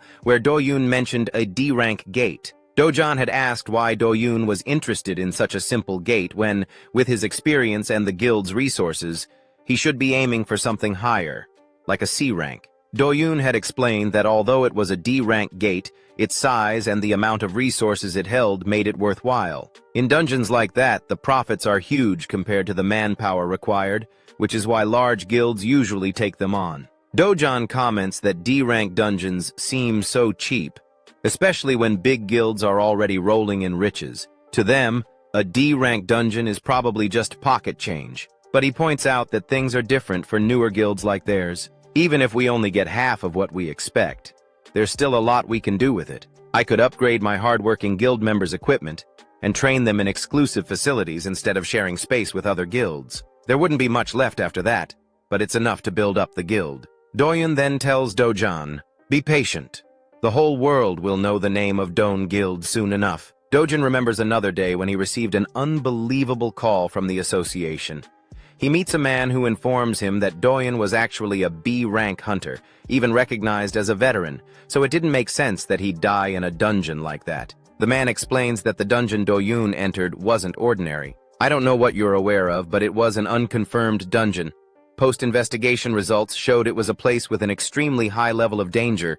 Dojan is stunned. At that moment, he starts to feel Doyun's death wasn't just an accident. "I'll look into the gate through an official auction," he says. He didn't know if others were aware, but he knew Doyon wasn't the type to lie to him. The man then asks if Doyon had said anything beforehand. Dojin wonders if someone manipulated the gate bidding. Something feels off. But he denies it, telling the man, "That would be beyond simple common sense." The man informs Dojin that Doyun's body will be transferred in 2 days once the investigation is complete. He hesitates before adding, "It's fortunate we recovered his remains, thanks to one survivor. Because of him, we collected all the bodies easily." Dojin wonders who this survivor is. The man admits he doesn't know the full story, but says the survivor was just lucky. Pushing these thoughts aside, Dojin refocuses as the team arrives at the dungeon. The leader calls out, "Let's get started and enter the gate.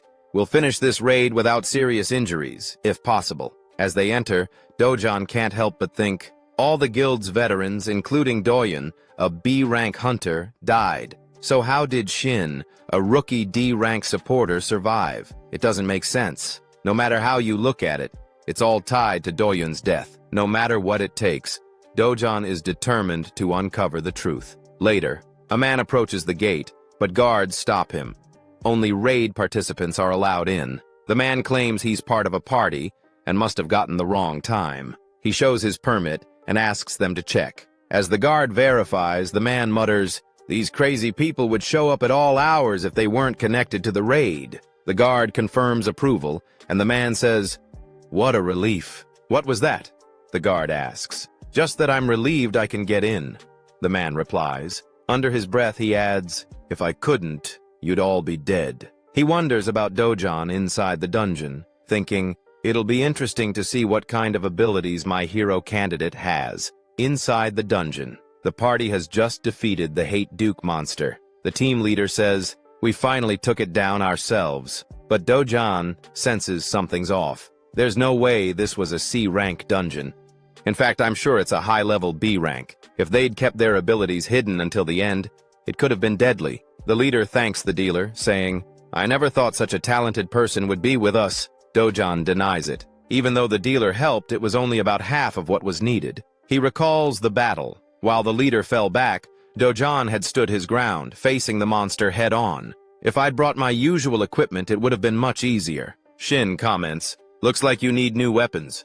I'll make you a pair." Then he asks, "Will you forget about your abilities once we leave?" Dojon tries to shake off his thoughts.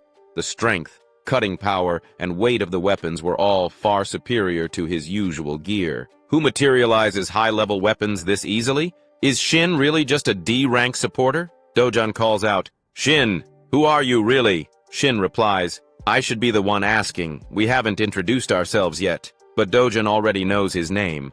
Removing his mask, he rephrases, "Do you know Doyon, my older brother, and the guild master of Don Guild, which you were part of a year ago?" Shin seems confused. Dojon continues, "I don't care about your identity. What I want to know is everything that happened to my brother a year ago, and your connection to it." Before he can say more, an attack is launched at him. Dojon quickly draws his twin swords, wondering if a monster remains.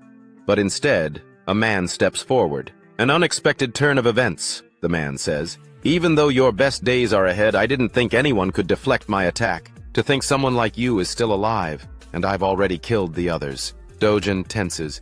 He hadn't even noticed the man's presence. This strength, is he a berserker? He's definitely a few steps above me. "No need to be scared," Dojon says. "Just relax." The man smirks. "I heard there was a D-rank supporter mixed in, but it turns out to be Impurity Boy Shin." Shin frowns. "What do you mean by that?" "A shame," the man continues.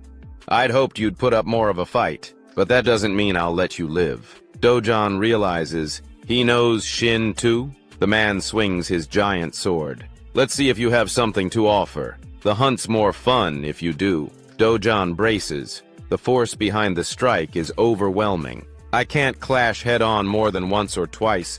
If I'm hit, it's over. I have to dodge and find an opening." As he rushes in, the man taunts, "Seems like Shin the bastard is useless." Shin protests. "You're wrong." The man scoffs, until Shin and Beth both shout, "It's actually 3 against 1. The system window shows that since Shin didn't have the sab-polluted mana, his stamina and mana would be drastically drained instead. Beth will also be forced out in 10 seconds. Shin, injured and in critical condition, thinks about what he's gained in exchange for the damage. Just a brief summon, but even so, it's enough time to put an end to this fierce fight. The man attacks them, but Beth uses her fog skill to make it difficult for him to see clearly. The man mutters that it's unfortunate, but pure physical strength-based attacks aren't scary at all. He also notes that while Dojin seems similar to Shin, there's a noticeable difference in their levels. He's sure that Dojin's weapon plays a big part in that. Beth then says, "Looks like it's time to say goodbye." Seizing the moment, Dojin rushes into an attack. The man tries to dodge, but in the end, his arm is cut off. As Beth begins to fade away, she comments, "It's not bad at all, though the ending was a bit sloppy." Dojin thinks to himself that while killing the man might be too difficult, he could at least manage to seriously injure him. There's a huge gap in their basic skills, but in this state, Dojin is certain he has a real chance. Dojin tells the man, "If you want to live, you should just drop your weapon and surrender." He adds that, considering the sins the man has committed, the outcome will likely be the same either way. The man drops his weapon and gets up. While Dojin initially thinks it's a clear act of surrender, he instantly senses that the man has something else in mind. As the man prepares to use his power, Shin realizes it's the corrupted mana. Dojin quickly rushes to attack, but the man smirks and says, "Let's see each other later," before disappearing. Dojin sees the magic circle forming and understands it's a teleportation circle. Shin comments that it's a relief. It's just a simple escape item. If it had been an attack or debuff type spell, Dojin wouldn't have made it out in one piece. Looking at Shin, Dojin asks him what happened with Don Guild and Doyun. Shin promises to explain everything, saying Dojin has the right to know. Later that evening, Dojin and Shin watch as the association's personnel remove all the bodies of the party members. Dojin mentions that it doesn't sit right with him. Those people were murdered by that man. If they both have to lie and claim that the monsters inside the dungeon killed them, Shin replies that they didn't have any other choice. According to the security personnel, they believe the party had 7 members. A few minutes after they entered, someone with an access card showed up late and entered the gate. Dojin couldn't understand how it was possible, so Shin explains that it was, even though it seems unbelievable. He mentions that the certificate they used was good enough to fool the security personnel. It might have even been a real access pass. As Shin had said earlier, a year ago, an unconfirmed dungeon was openly bid on in an auction as a certified one.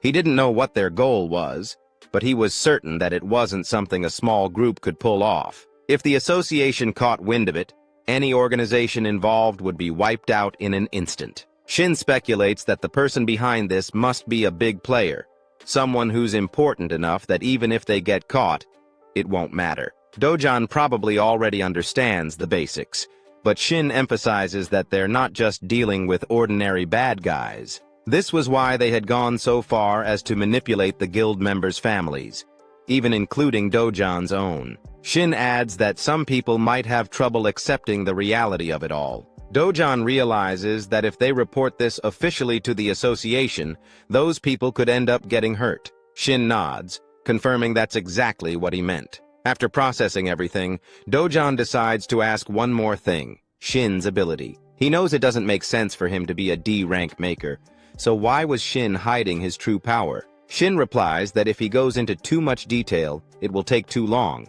But up until a year ago, his abilities were pretty much useless. He could only make a sword, and even that was so bad it was embarrassing to be called a D-rank. However, during the unconfirmed dungeon incident a year ago, he awakened a new ability while on the brink of death. Thanks to that power, he was the only one to survive. He admits it sounds unrealistic, and even if he were in Dojin's position, he wouldn't believe it either. But when the main culprit and the truth behind it all come to light, Shin plans to reveal everything to the world, and their families. He acknowledges that it doesn't justify hiding the truth for so long, and for that, he apologizes to Dojin. He assures him that he will find the people responsible for the deaths as quickly as possible. Dojin, though, wonders what Shin will do when he finds them. He then turns to Shin, telling him not to act like it's only his problem, excluding the fact that Shin wasn't the culprit.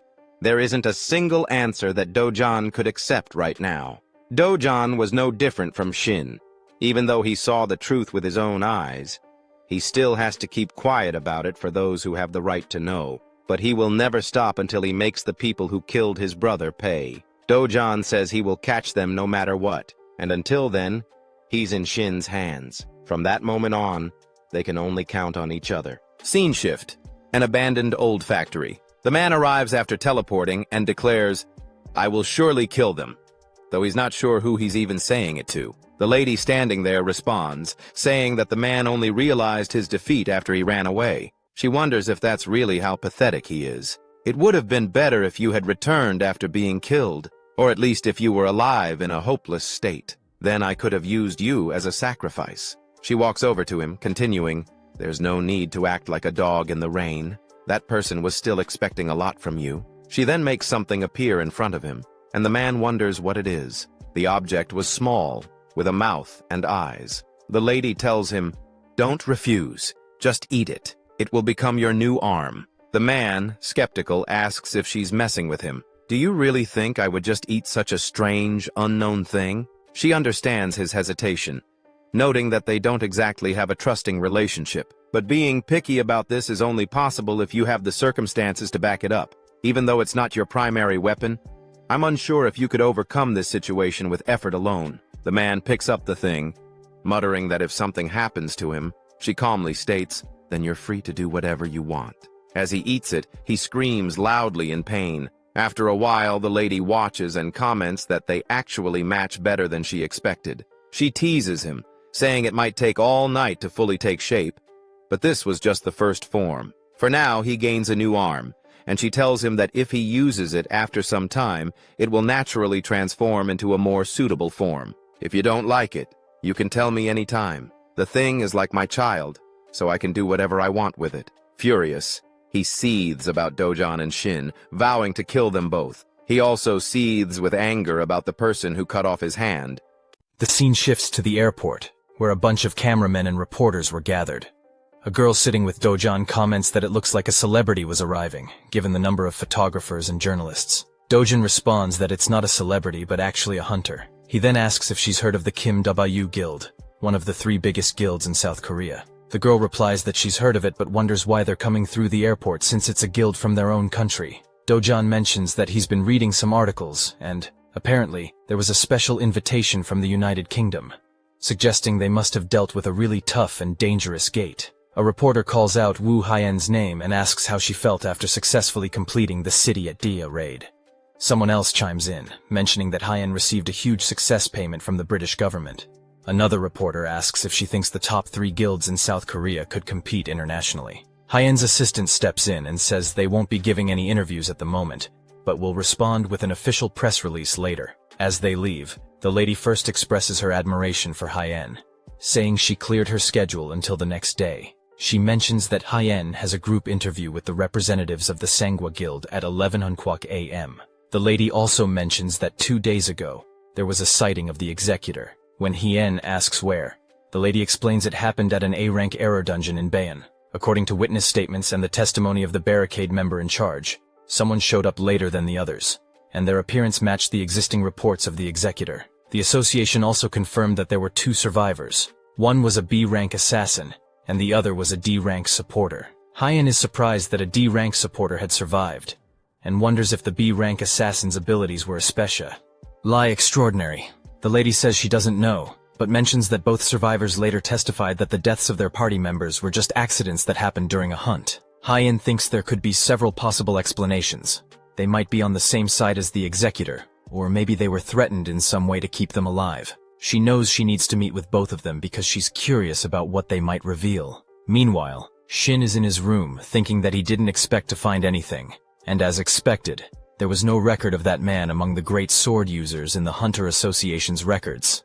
First off, Shin knew the man wasn't a well-known hunter, and on top of that, he often changed his appearance.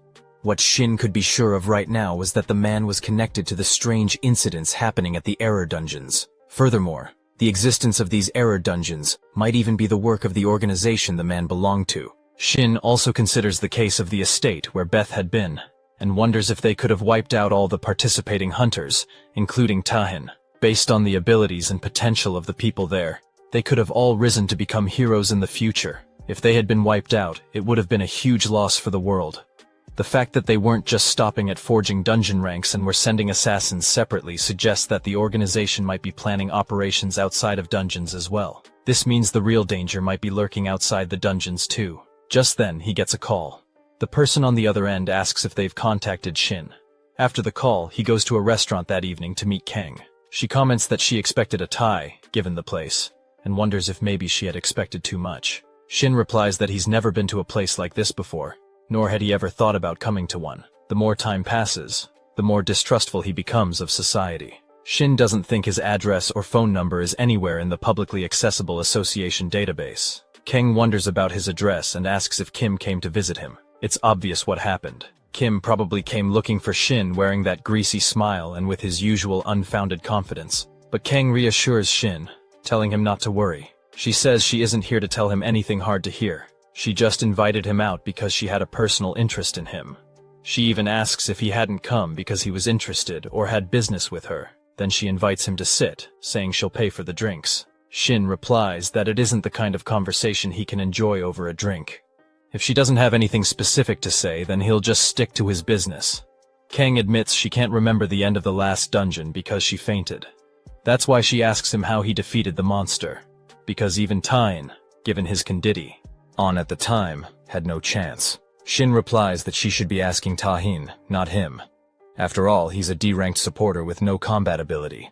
In that situation, where everyone else was unconscious, there was no way he could have understood what was happening. All he did was use his remaining energy to create a sword, and he didn't know anything else. Kang says that's fine, but Shin is left wondering what she really wants to say to him. She mentions that although it sounds absurd, it's actually quite amusing. A crazy person with a great sword is going around hunting hunters, and the likely next target would be Kang. Shin replies that if his predictions are correct, the fact that she entered an A-rank error dungeon means she's already a target. Among all of them, she's the only hunter not affiliated with any guild. Kang picks up where he left off, saying they'd probably go after her first, since she doesn't have the protection of any organization. It sounds plausible, but she wonders if he's forgetting something important. She points out that it isn't just her. There's a D-ranked supporter like him who also isn't part of any guild and is much weaker in combat ability. If what Shin said is true, then isn't he the one in a more dangerous situation? She asks what he thinks about that, and offers to protect him if he wants. Shin replies that he's already told her everything he needs to, so he's leaving. He adds that she should take what he said seriously, because her life is on the line. As he leaves, Kang calls someone, telling them that Shin has left, so she's asking them to do their best since this is an opportunity they've been given, even if it means going into debt. She ends the call and wonders what will happen next. As Shin walks alone, his power activates, and the same man he encountered in the dungeon appears, wondering if he should say they've met after such a long time. The man doesn't care about anything else, but he has to acknowledge Shin's guts. Only a few days have passed since their last encounter, yet here Shin is, walking alone at night. Was he really that thoughtless and foolish? The man sneers, thinking that whether Shin runs away or screams, it'll all be pointless. He's sure Shin hasn't noticed him, but Shin is already trapped. The one who set it up was incredibly talented. With the barrier in place, no one would know what's going on inside. And until either Shin or the man dies, not even an ant could leave. Shin shrugs, mentioning that it isn't bad. The barrier only blocks entry, but it's based on a principle that creates a virtual space mimicking reality. He briefly forgets about the corrupted mana and feels uneasy, realizing he can't sense any presence. He wonders if the man has killed everyone living there. It's a real relief, though. His organization has a level of discernment, too. The man is curious about what Shin means. Shin, however, replies that he expected something like this to happen, and that he thought they'd come after him. It might even happen tonight. The man scoffs, calling Shin the perfect target, and mocking him for being just a supporter who can't do anything on his own. Before Shin can respond, the man interrupts, attacking with his sword and telling him to keep babbling while acting so carefree. The attack lands, creating a cloud of smoke. But when the smoke clears, the man is shocked to see Shin has created a sword to block the blow. The man thinks to himself that this wasn't a half-hearted strike like last time. Any other fighter would have been dead immediately. Shin calmly responds, saying that it's the first time in a year he's been able to fight one-on-one without worrying about witnesses. As for being a supporter who can't do anything on his own, well, the man isn't entirely wrong. Shin then attacks using the grid world and challenges the man to try and keep up. Hyen was in the car when it suddenly stopped. She realized she couldn't see the sign indicating a gate, but she could feel a corrupted mana. As a saint, a class considered mid to upper tier among support classes, she typically used general mana as well as distinct divine power. Divine power was considered the opposite of corrupted mana, so while some classes might not detect corrupted mana visually, they could still sense it. Her assistant asked if they should report it to the association, since the corrupted mana had appeared right in the middle of a residential area. Hyen suggested they wait for 30 minutes. If she hadn't returned by then, they could contact the association as planned. She gathered her power, grabbed her weapon, and headed off. Her assistant felt like the area was an empty wall, but Hyen seemed to sense something. Then, to his shock, he watched as she passed through the gate. Not only had she crossed, but now he couldn't feel her presence at all. He hoped nothing bad would happen inside. Shin released his sword, preparing to attack. The man barely dodged, his anger flaring as he yelled at Shin, saying tricks like that wouldn't work on him. Then, he noticed a grenade land near him. A KM-38 mana grenade, a high-powered weapon used by the army to deal with large monsters. The blast hit the man directly. The lady watching from a distance was impressed that Shin had even made the Empress bow her head. Still, she considered him a troublesome opponent. There was nothing extraordinary about the weapons he materialized. They were just strong, sharp blades. However, since they only demonstrated special abilities when wielded by their creator, they seemed designed for physical durability. What truly amazed her was Shin's skill. He wasn't just throwing weapons. His precision in speed, angle, power, and timing was so refined that even an experienced executive like her struggled to keep up. Moreover, he materialized firearms, deploying them at the perfect moments. His application and combat skills were on another level. To use weapons this effectively, he must have real battle experience, like a seasoned veteran. She wondered if a monster like him had been hiding all this time. After firing at the man, Shin considered how mana bullets weren't very effective against monsters above C rank, but against humans. That was a different story. Human strength and toughness were on a whole other level, especially if attacked from behind in a defenseless state. He didn't want to imagine such a situation, but it wasn't like he'd experience it himself. He wondered if the man was ready to give up. Still furious, the man called Shin a bastard. Shin replied casually, saying he'd only asked out of politeness, then launched a barrage of swords. After the blast, the fog cleared, revealing the man had grown a new arm to protect himself. The lady watching sighed and activated her power, muttering that she had no choice. She hadn't wanted to get involved, but with her colleague in danger, she had to help.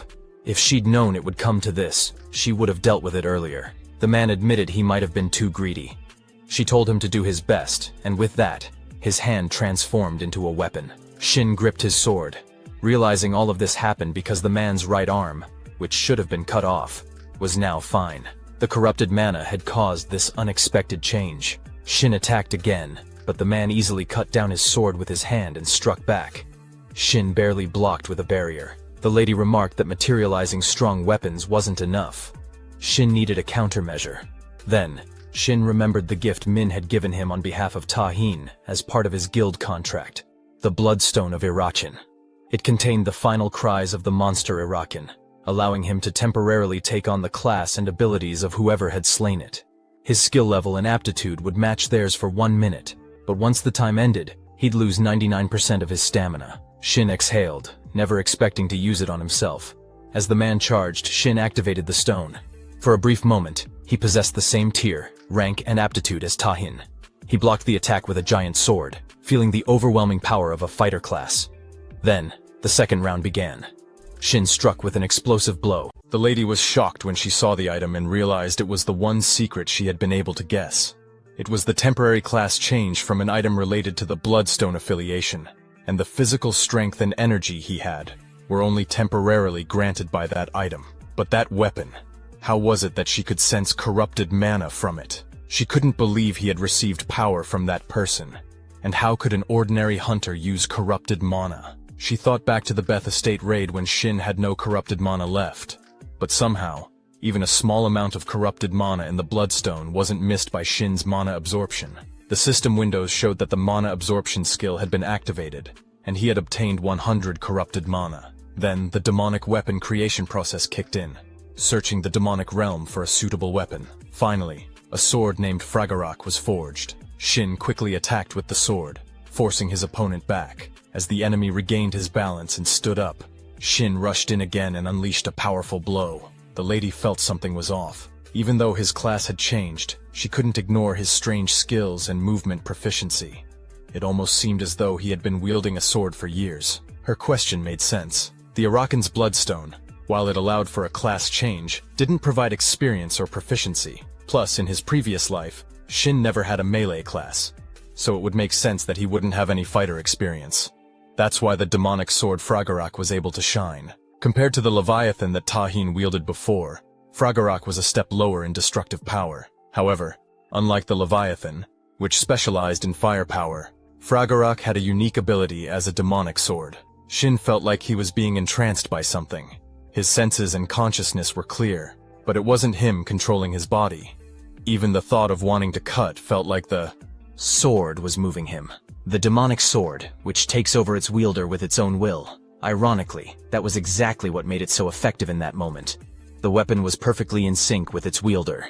As Shin attacked, his opponent was terrified and turned to flee, but Shin was already moving to strike from behind, slashing him down. As Shin stood there, he felt a sudden strain and wondered if the time limit had run out. The man, trembling, tried to get up, and Shin realized that with his current condition, one more strike would be enough to land a fatal blow. Just as the man tried to rise, divine lightning struck him. Shin, guessing what was happening, turned to see Wu Hein approaching from behind.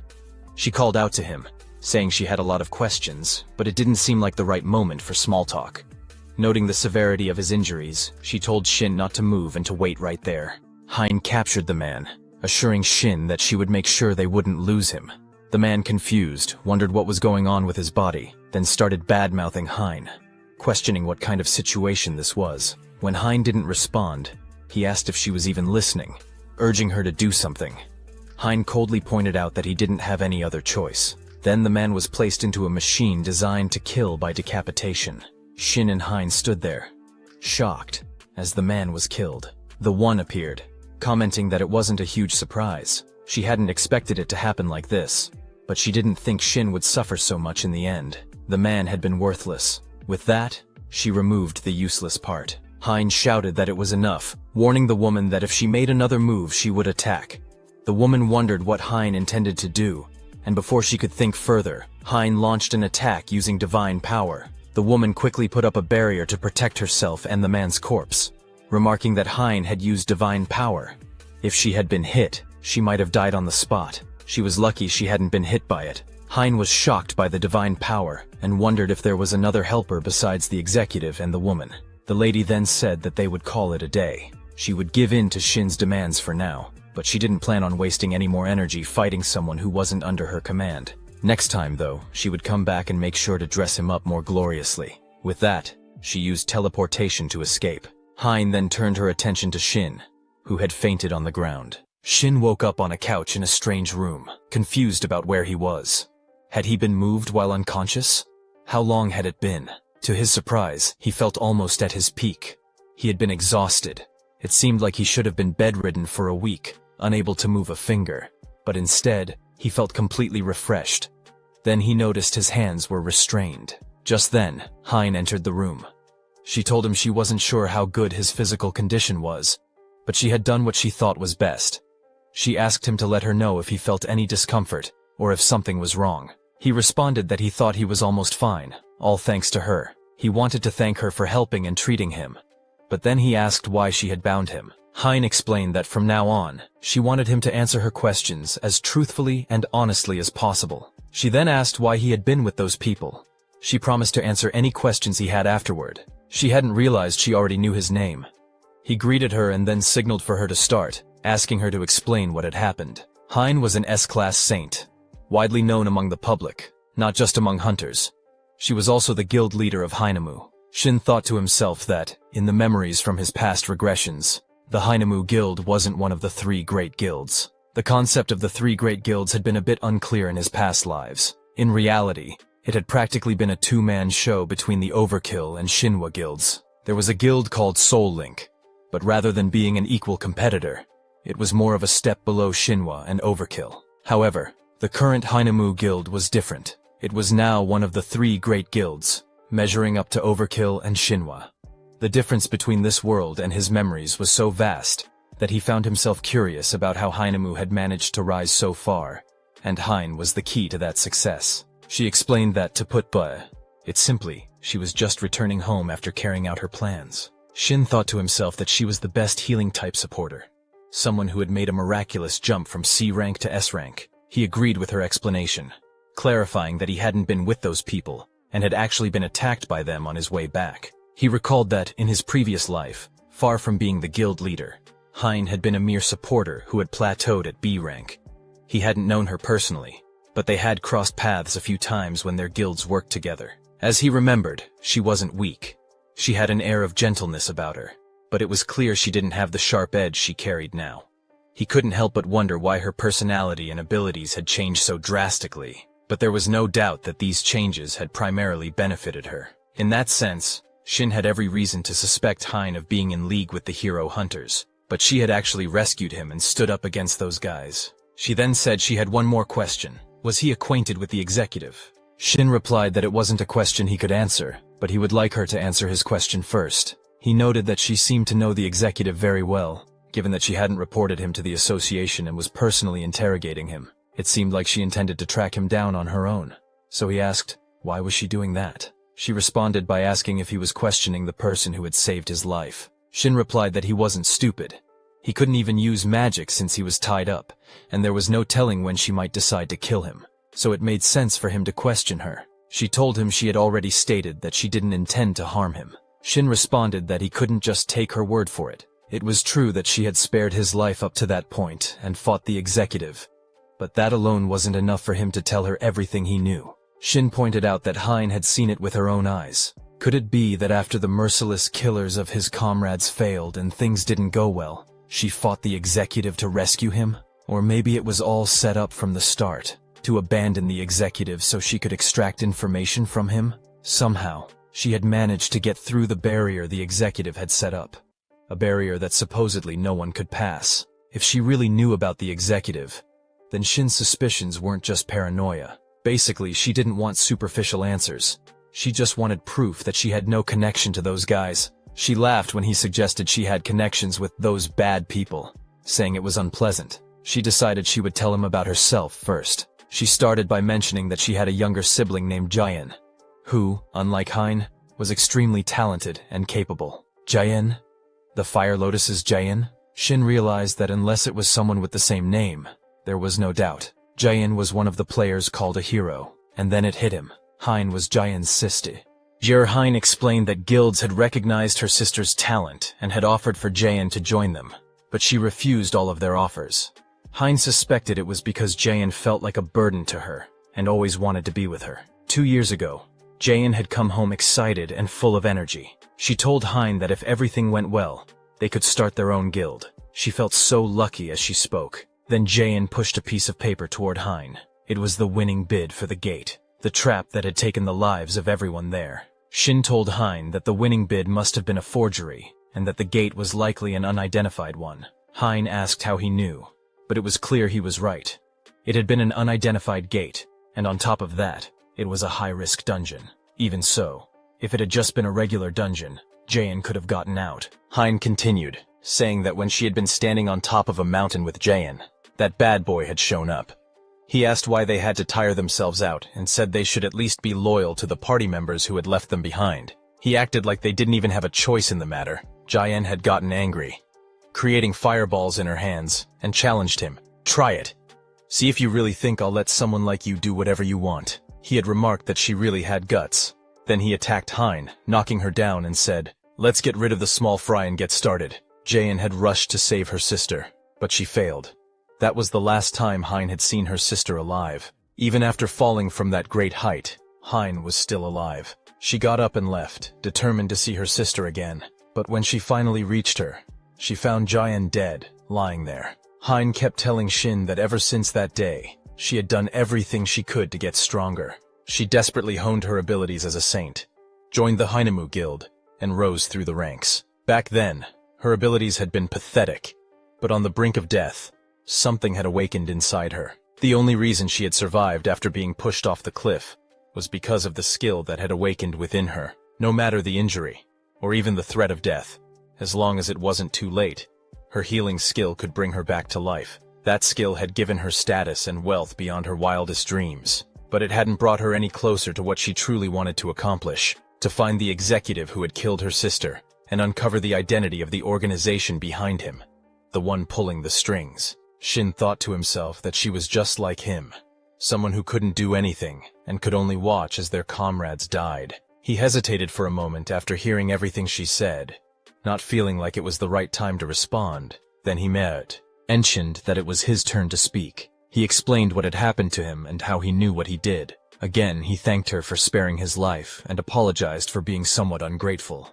As he extended his hand for a handshake, Hein replied that after hearing his story, if she were in his place, she would be on guard as well. It might feel a bit rushed, but she asked him to join their guild. She explained that her guild would soon be on more equal footing with the others, and she thought there could be a day when they became friendly comrades who could easily work together. Just then, Tahin rushed in, bursting through the door. He saw them shaking hands and looked confused, unsure of what was going on. Shin was surprised to see Tahin, and couldn't help but wonder why he had shown up. Hien explained that she wasn't exactly sure what was going on, but she hadn't expected Tahin to come running like this.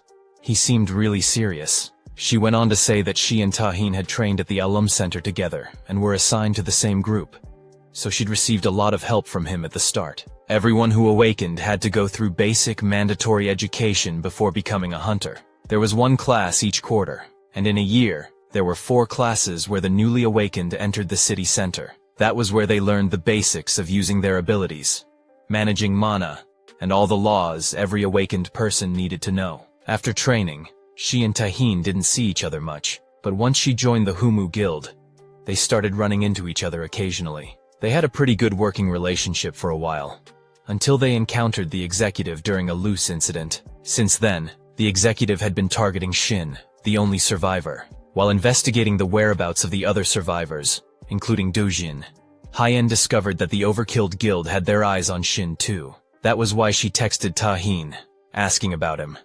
But Tahin denied knowing anything. His response surprised her.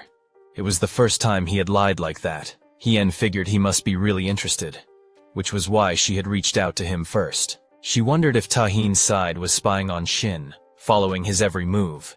It seemed like there could have been a serious misunderstanding between them. Tahin denied spying on Shin and said it was more important to explain the situation. He also questioned why Shin was there. Hien asked if Tahin remembered the conspiracy she had mentioned before, the one she'd discussed with him and Kim a while back. Back then, Tahin had given them a lot of information and asked for their cooperation. There was a certain group targeting hunters for various reasons, and they needed to investigate by involving all 3 guilds. But neither Tahin nor Kim had believed her, even though she understood why Kim acted that way. Tahin said they needed more evidence. Shin thought that Kim and Tahin must already know about it. Hien continued, saying it made sense. They needed more info, which was why she had called Tahin there. That certain group had attacked Shin that night, so she stepped in and stopped them. Shin was the proof of her words. Tahin asked Shin if that was really true. Shin confirmed it, explaining that the people who had attacked him before had come looking for him again that night, along with their colleagues. As Tahin listened, he asked why Shin hadn't told him about it earlier. Shin countered, asking if Tahin didn't know why. Hien just sat there, familiar with the situation but still reacting as if it were hard to believe. Putting aside whether Tahin believed Shin or not, it was clear that Shin could have been marked by the association and labeled a lunatic. The risk had to be incredibly high for him, and it wasn't like the two of them had a close relationship. Despite everything, Hien knew they had kept in contact frequently, but it seemed Tahin hadn't been able to get through to Shin. Still, she wanted to hear Shin's response to her offer about joining her guild. Shin thought the offer was more than just simple cooperation. Over the last 2 years, Hien had investigated countless missing persons cases, many of which she believed were linked to the executives group. She mentioned that after starting her investigation, she noticed a simple, obvious pattern in cases involving 2 other guilds, plus a few others that met certain conditions. There were no rank discrepancies, unusual accidents with the gates, or missing people in those cases. Tahin, looking at those conditions, said he didn't think it was simply about the size of the guild. He believed guilds with influence over the association system wouldn't care much about size. It had to be about the guild's destiny. Hyen explained that in guilds with many members, there were actually more cases of suspicious disappearances compared to smaller guilds. When someone went missing in these large guilds, they would often cover it up to protect their reputation, making them easy targets. Shin mentioned that aside from those situations, there weren't any obvious targets. Hyen added that guilds without missing members usually had solid organization, with an A-rank guildmaster at the core. Even if these guilds were smaller, they had a strong sense of unity, and members looked out for each other. They wouldn't ignore a disappearance. She felt that even though she was openly investigating, and perhaps because of her connection to Humu, she sensed they were trying to avoid her. Even Kim, with his usual personality, definitely took care of his people, which was why he led the Shinhwa Guild. She suspected they were avoiding unity, but she doubted they could keep it up forever. For now, though, that would be the last thing on their minds. Still, just having that sense of safety was enough to get by for the time being. Tahin agreed with her but said there was no need for it to escalate. When it came to fighting power, the Overkill Guild was a step ahead of the Humu Guild. To ensure Shin's safety, it made more sense to go with Overkill. Shin wondered what they were really fighting for. Whatever it was, Tahin seemed unlike himself, and Hyen could see a bit of pride in him. The reason Tahin was involved was that Shin hadn't told him about the executor. Tahin was shocked, but Hyen continued, assuming Shin would join the Overkill Guild. She explained their members' fighting power and support, which he couldn't compare to. Since she wanted to recruit him, Hyen suggested Deki, lawing war on the dangerous secret organization. "It's not that we lack the ability," she said, "but this isn't something we should decide impulsively." Shin interrupted, thanking her for the offer but making it clear he had no intention of joining any guild. He wondered if she thought it would limit his activities, but Shin clarified that his official affiliation would be with Humu. He saw it as a way to secure his safety. Hyen countered, saying safety wasn't the issue. Shin would only be useful as bait. She had said before that their turn hadn't been postponed. Even if Humu promoted his safety, it wouldn't stop those people. For now, they were trying to kill Shin, but someone else would take his place. Rather than focusing on that, Shin wondered what they'd think of making him the main target.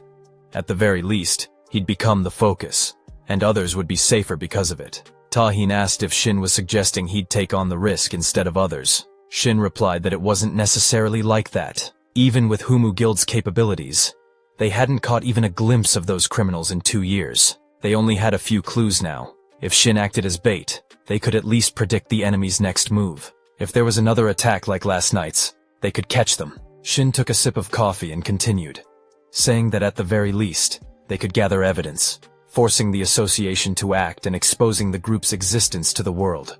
Hyen pointed out that Shin was taking this on alone. He wondered what she meant. He'd already told her everything.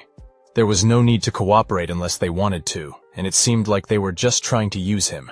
He didn't know when those people would come, but he believed they'd come running as soon as he contacted them. Hyen thought Shin was implying that even if they cooperated, he'd take the lead. She knew about Tahin, but she must have known there was no way she could refuse. Shin said he was in their hands now. Scene shift.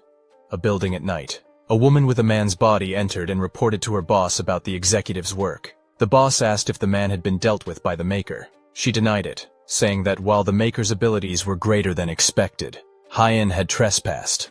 After the battle, the executive was no longer usable. Judging there was a risk of information leakage, she took matters into her own hands and disposed of him.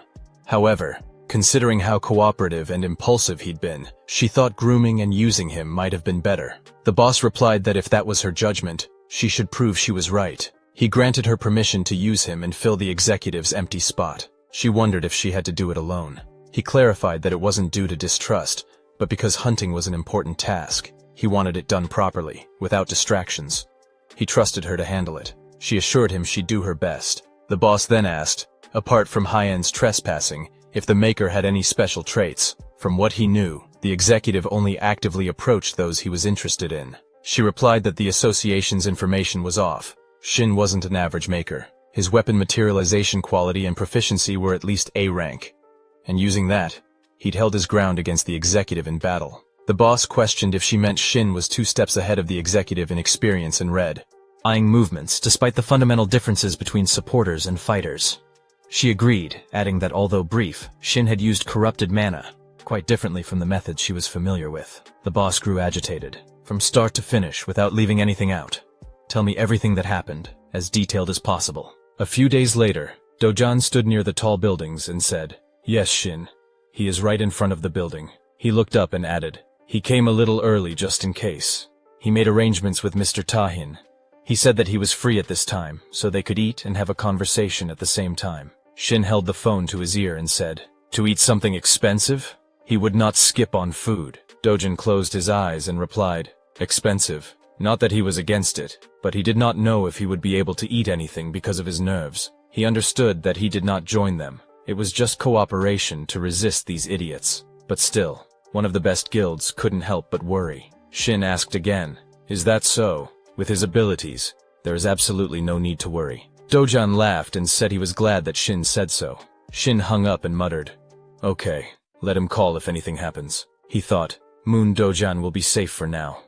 He doesn't know what's going on in his head, but he's talented enough that joining one of the 3 greatest guilds won't raise any suspicions, and he still has room to grow. Shin imagined Dojan clutching his blades. He thought about it. Dojan was like an uncut diamond in a mass murder guild. Many people could become his mentor, including Tahin. Compared to when he worked alone, it would be more useful in terms of developing his abilities.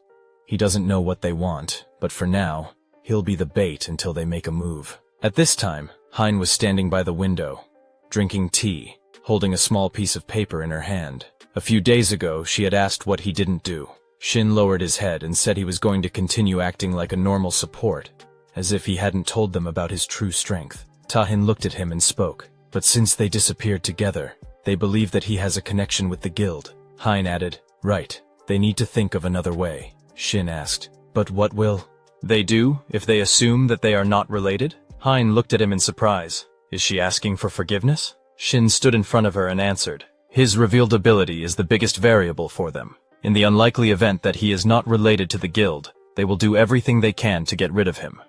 If they do not hear from them for a couple of weeks, or even months, they will definitely want to confirm for themselves. They will constantly monitor him until they are sure that he is really alone, and then they will show themselves. Tahin looked at him carefully and asked, And they will wait for this moment. Shin closed his eyes and answered, No, he will figure it out himself. They are used to hiding and will suspect until the last. First, they will try to force him to open up, but if that doesn't work, they will wait until everything calms down and attack with all their might, and then it will be their turn. Hein folded her arms and remained silent. Then she said, Okay, they will do as he ordered. She took out a small chest and said, Let him take it. They also need to prepare. In the present, Hein was standing by the window, looking at a small piece of paper. She said, He is definitely hiding something, but it doesn't matter if she can venture Jian. On the small sheet of paper, there was a photograph of her and her sister. At that moment, Shin was sitting and looking at his laptop. He thought, he didn't tell Wu Haiyan about his past life. After all, he still hasn't managed to properly sort out the memories. He doesn't know how much she trusts him, but the current him just happened to get a unique class. At that moment, Hanjia wrote, They are almost there. Where is he sitting? Shin answered, By the window. He thought about it. He had become a target when he was put on their radar for suspecting Tahin. She was a reliable ally, but that was all she needed to know for now. Hanjia walked in and waved her hand. Shin, he responded. Hanjia. He thought about it. It seemed like she wore glasses outside the dungeons. She had changed so much since the last time they met. Hanjia, the future goddess archer, had cleared the dungeon with him last time. He helped her awaken, and they had become close enough to stay in touch. She usually took the initiative to ask how things were, but even when they weren't in contact, there was no problem asking how she was doing. After awakening her ability, Hanjia began to stand out. He imagined her drawing an arrow. As if to make up for her previous modesty, she tried so hard that it began to border on recklessness. Besides her work, she cleared countless dungeons without getting tired. In a short time, her abilities and fame soared. Newspaper headlines printed her photos. She became a rising star. Currently, Shin said, I read an article about you. Top 10 ranged fighters. It's incredible. Hanjia asked shyly, Did you see it? Somehow, she was asked for an interview, so she gave it. But she never thought it would be something so big. She looked away and said, It's all thanks to you. Shin looked at her and replied, This would have happened anyway, even without me. But he looked away and asked, Is he with her? Hanjia answered, Yes. She forgot to introduce them. This is Kwon Sion, a C-rank assassin, Shin asked. Ah, is this her partner? He gave some advice about the advantages of classes that could attack at long distances, that if possible they could act alone and did not need a team. But for this, they needed to be able to find safe places and have agility. He would not recommend this style of fighting to Han Jia, who was still learning. Therefore, she needed a partner who fought in close combat, instead of a tank. She would be better off with someone who had higher agility to attract the attention of monsters and guarantee the safety of long-range hunters. In turn, they could attack without worrying about their comrades' safety. In this regard, Dojin was frankly speaking, ideal. He was thinking about introducing them, but there was one nuance about Dojin's safety. Shin looked up and said, "Nice to meet you. I'm Shin." Sayon extended his hand and excitedly said, "Nice to meet you. I'm Kwon Sayon." They shook hands and Shin thought, his hands are sweaty. Is he socially awkward? After a while, Han Jia talked. She had started using the longbow like he suggested.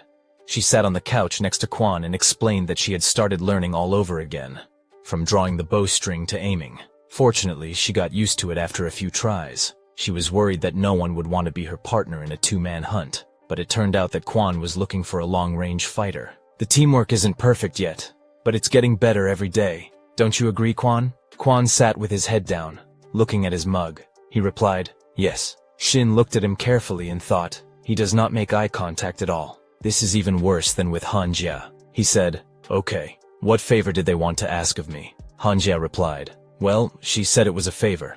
But to be honest, she wanted to officially entrust it to him. It wasn't exactly a favor. She was thinking about joining a guild." Shin's eyes widened in surprise. Han Jia said, "She hasn't decided which one she wants to join yet, but she wants to get a certificate from the Endless Sky Islands." The Endless Sky Islands, as the name suggested, were large and small islands floating in the endless sky. Hunters had successfully escaped to them, and this was a special case where the gates did not close but evolved. After defeating all the monsters in the dungeon, new gates would appear at each of the one-way gates. The Korean government and the Hunters Association, who were having a lot of trouble with this dungeon, came up with a practical use for it. Instead of trying to close the gates, they built a facility with multiple layers of security protocols. The dungeon became a testing ground for the association's hunters. Han Jia said, "To be honest, since this is a test of ability, they will get more accurate results if they go by themselves." But it turned out that there is a limit to the composition of the team. One ranged hunter, one melee hunter, and a support in a team of 3. These are the minimum requirements to enter the islands of the boundless sky. So, she thought that Shin could take that place. Shin looked at her carefully and thought, well, to be honest, it makes sense. Like Dojun, joining a guild gives more opportunities to learn. But he did not ask her to join the guild because of the memories from her past life. Han Jia in his past life was a loner. Even after awakening, she was a cool, casual, and confident hunter. He remembered her image, the bow in her hands. But her character was still not suitable for teamwork. However, this Han Jia wanted to join the guild. Had she changed after all? In some way, she was similar to the old Han Jia. But she looked at Shin's thoughtful face and asked, "Shin, if she asked for too much, he could refuse." He answered, "No." He was thinking about something else. Shin said, "Okay, this will be useful to him in many ways too." Han Jia looked at him happily. Shin suggested going to the islands of the endless sky. After a while, people were standing near the portal. Yu Jun, the guardian of the islands of the endless ski. I said before the entrance, "I'll repeat the rules once again. In their bracelets, mana is also their entrance ticket to the islands and a guarantee of safety. They will be transferred to the desired island on which they will take the exam. Only if they enter with bracelets, and with me." The guys listened carefully to her words. June said, "They shouldn't take them off so that they can get help from me in an emergency." She put her hand on her heart and said, "I was retired, but I had experience as an A-rank support. I have skills like barrier and rescue. If something happens on the islands, I'll be able to save them without any problem. However, this requires their cooperation and communication. So, if there's a problem during the test, or they feel like they can't pass the exam, please let me know immediately." Shin turned around and looked back carefully. Kwon was holding a sword in his hands, watching this with a worried expression. Shin thought that even though he had worked with Jia a few times, he could tell that Kwon was a complete newbie. Besides, he had never seen a sword like this before. Judging from its appearance, it was meant to pierce the enemy. June turned around and said, "Let's go." The guys followed her. After a while, They were transported to the islands of the Endless Sky, the 12th district. The guys came out of the portal, and June said, "The first wave will begin in 5 minutes. Each wave will have a certain number of monsters, and the difficulty will increase. To clear the dungeon, they must defeat all the monsters in each wave. The number of monsters they kill will be entered into the database in real time."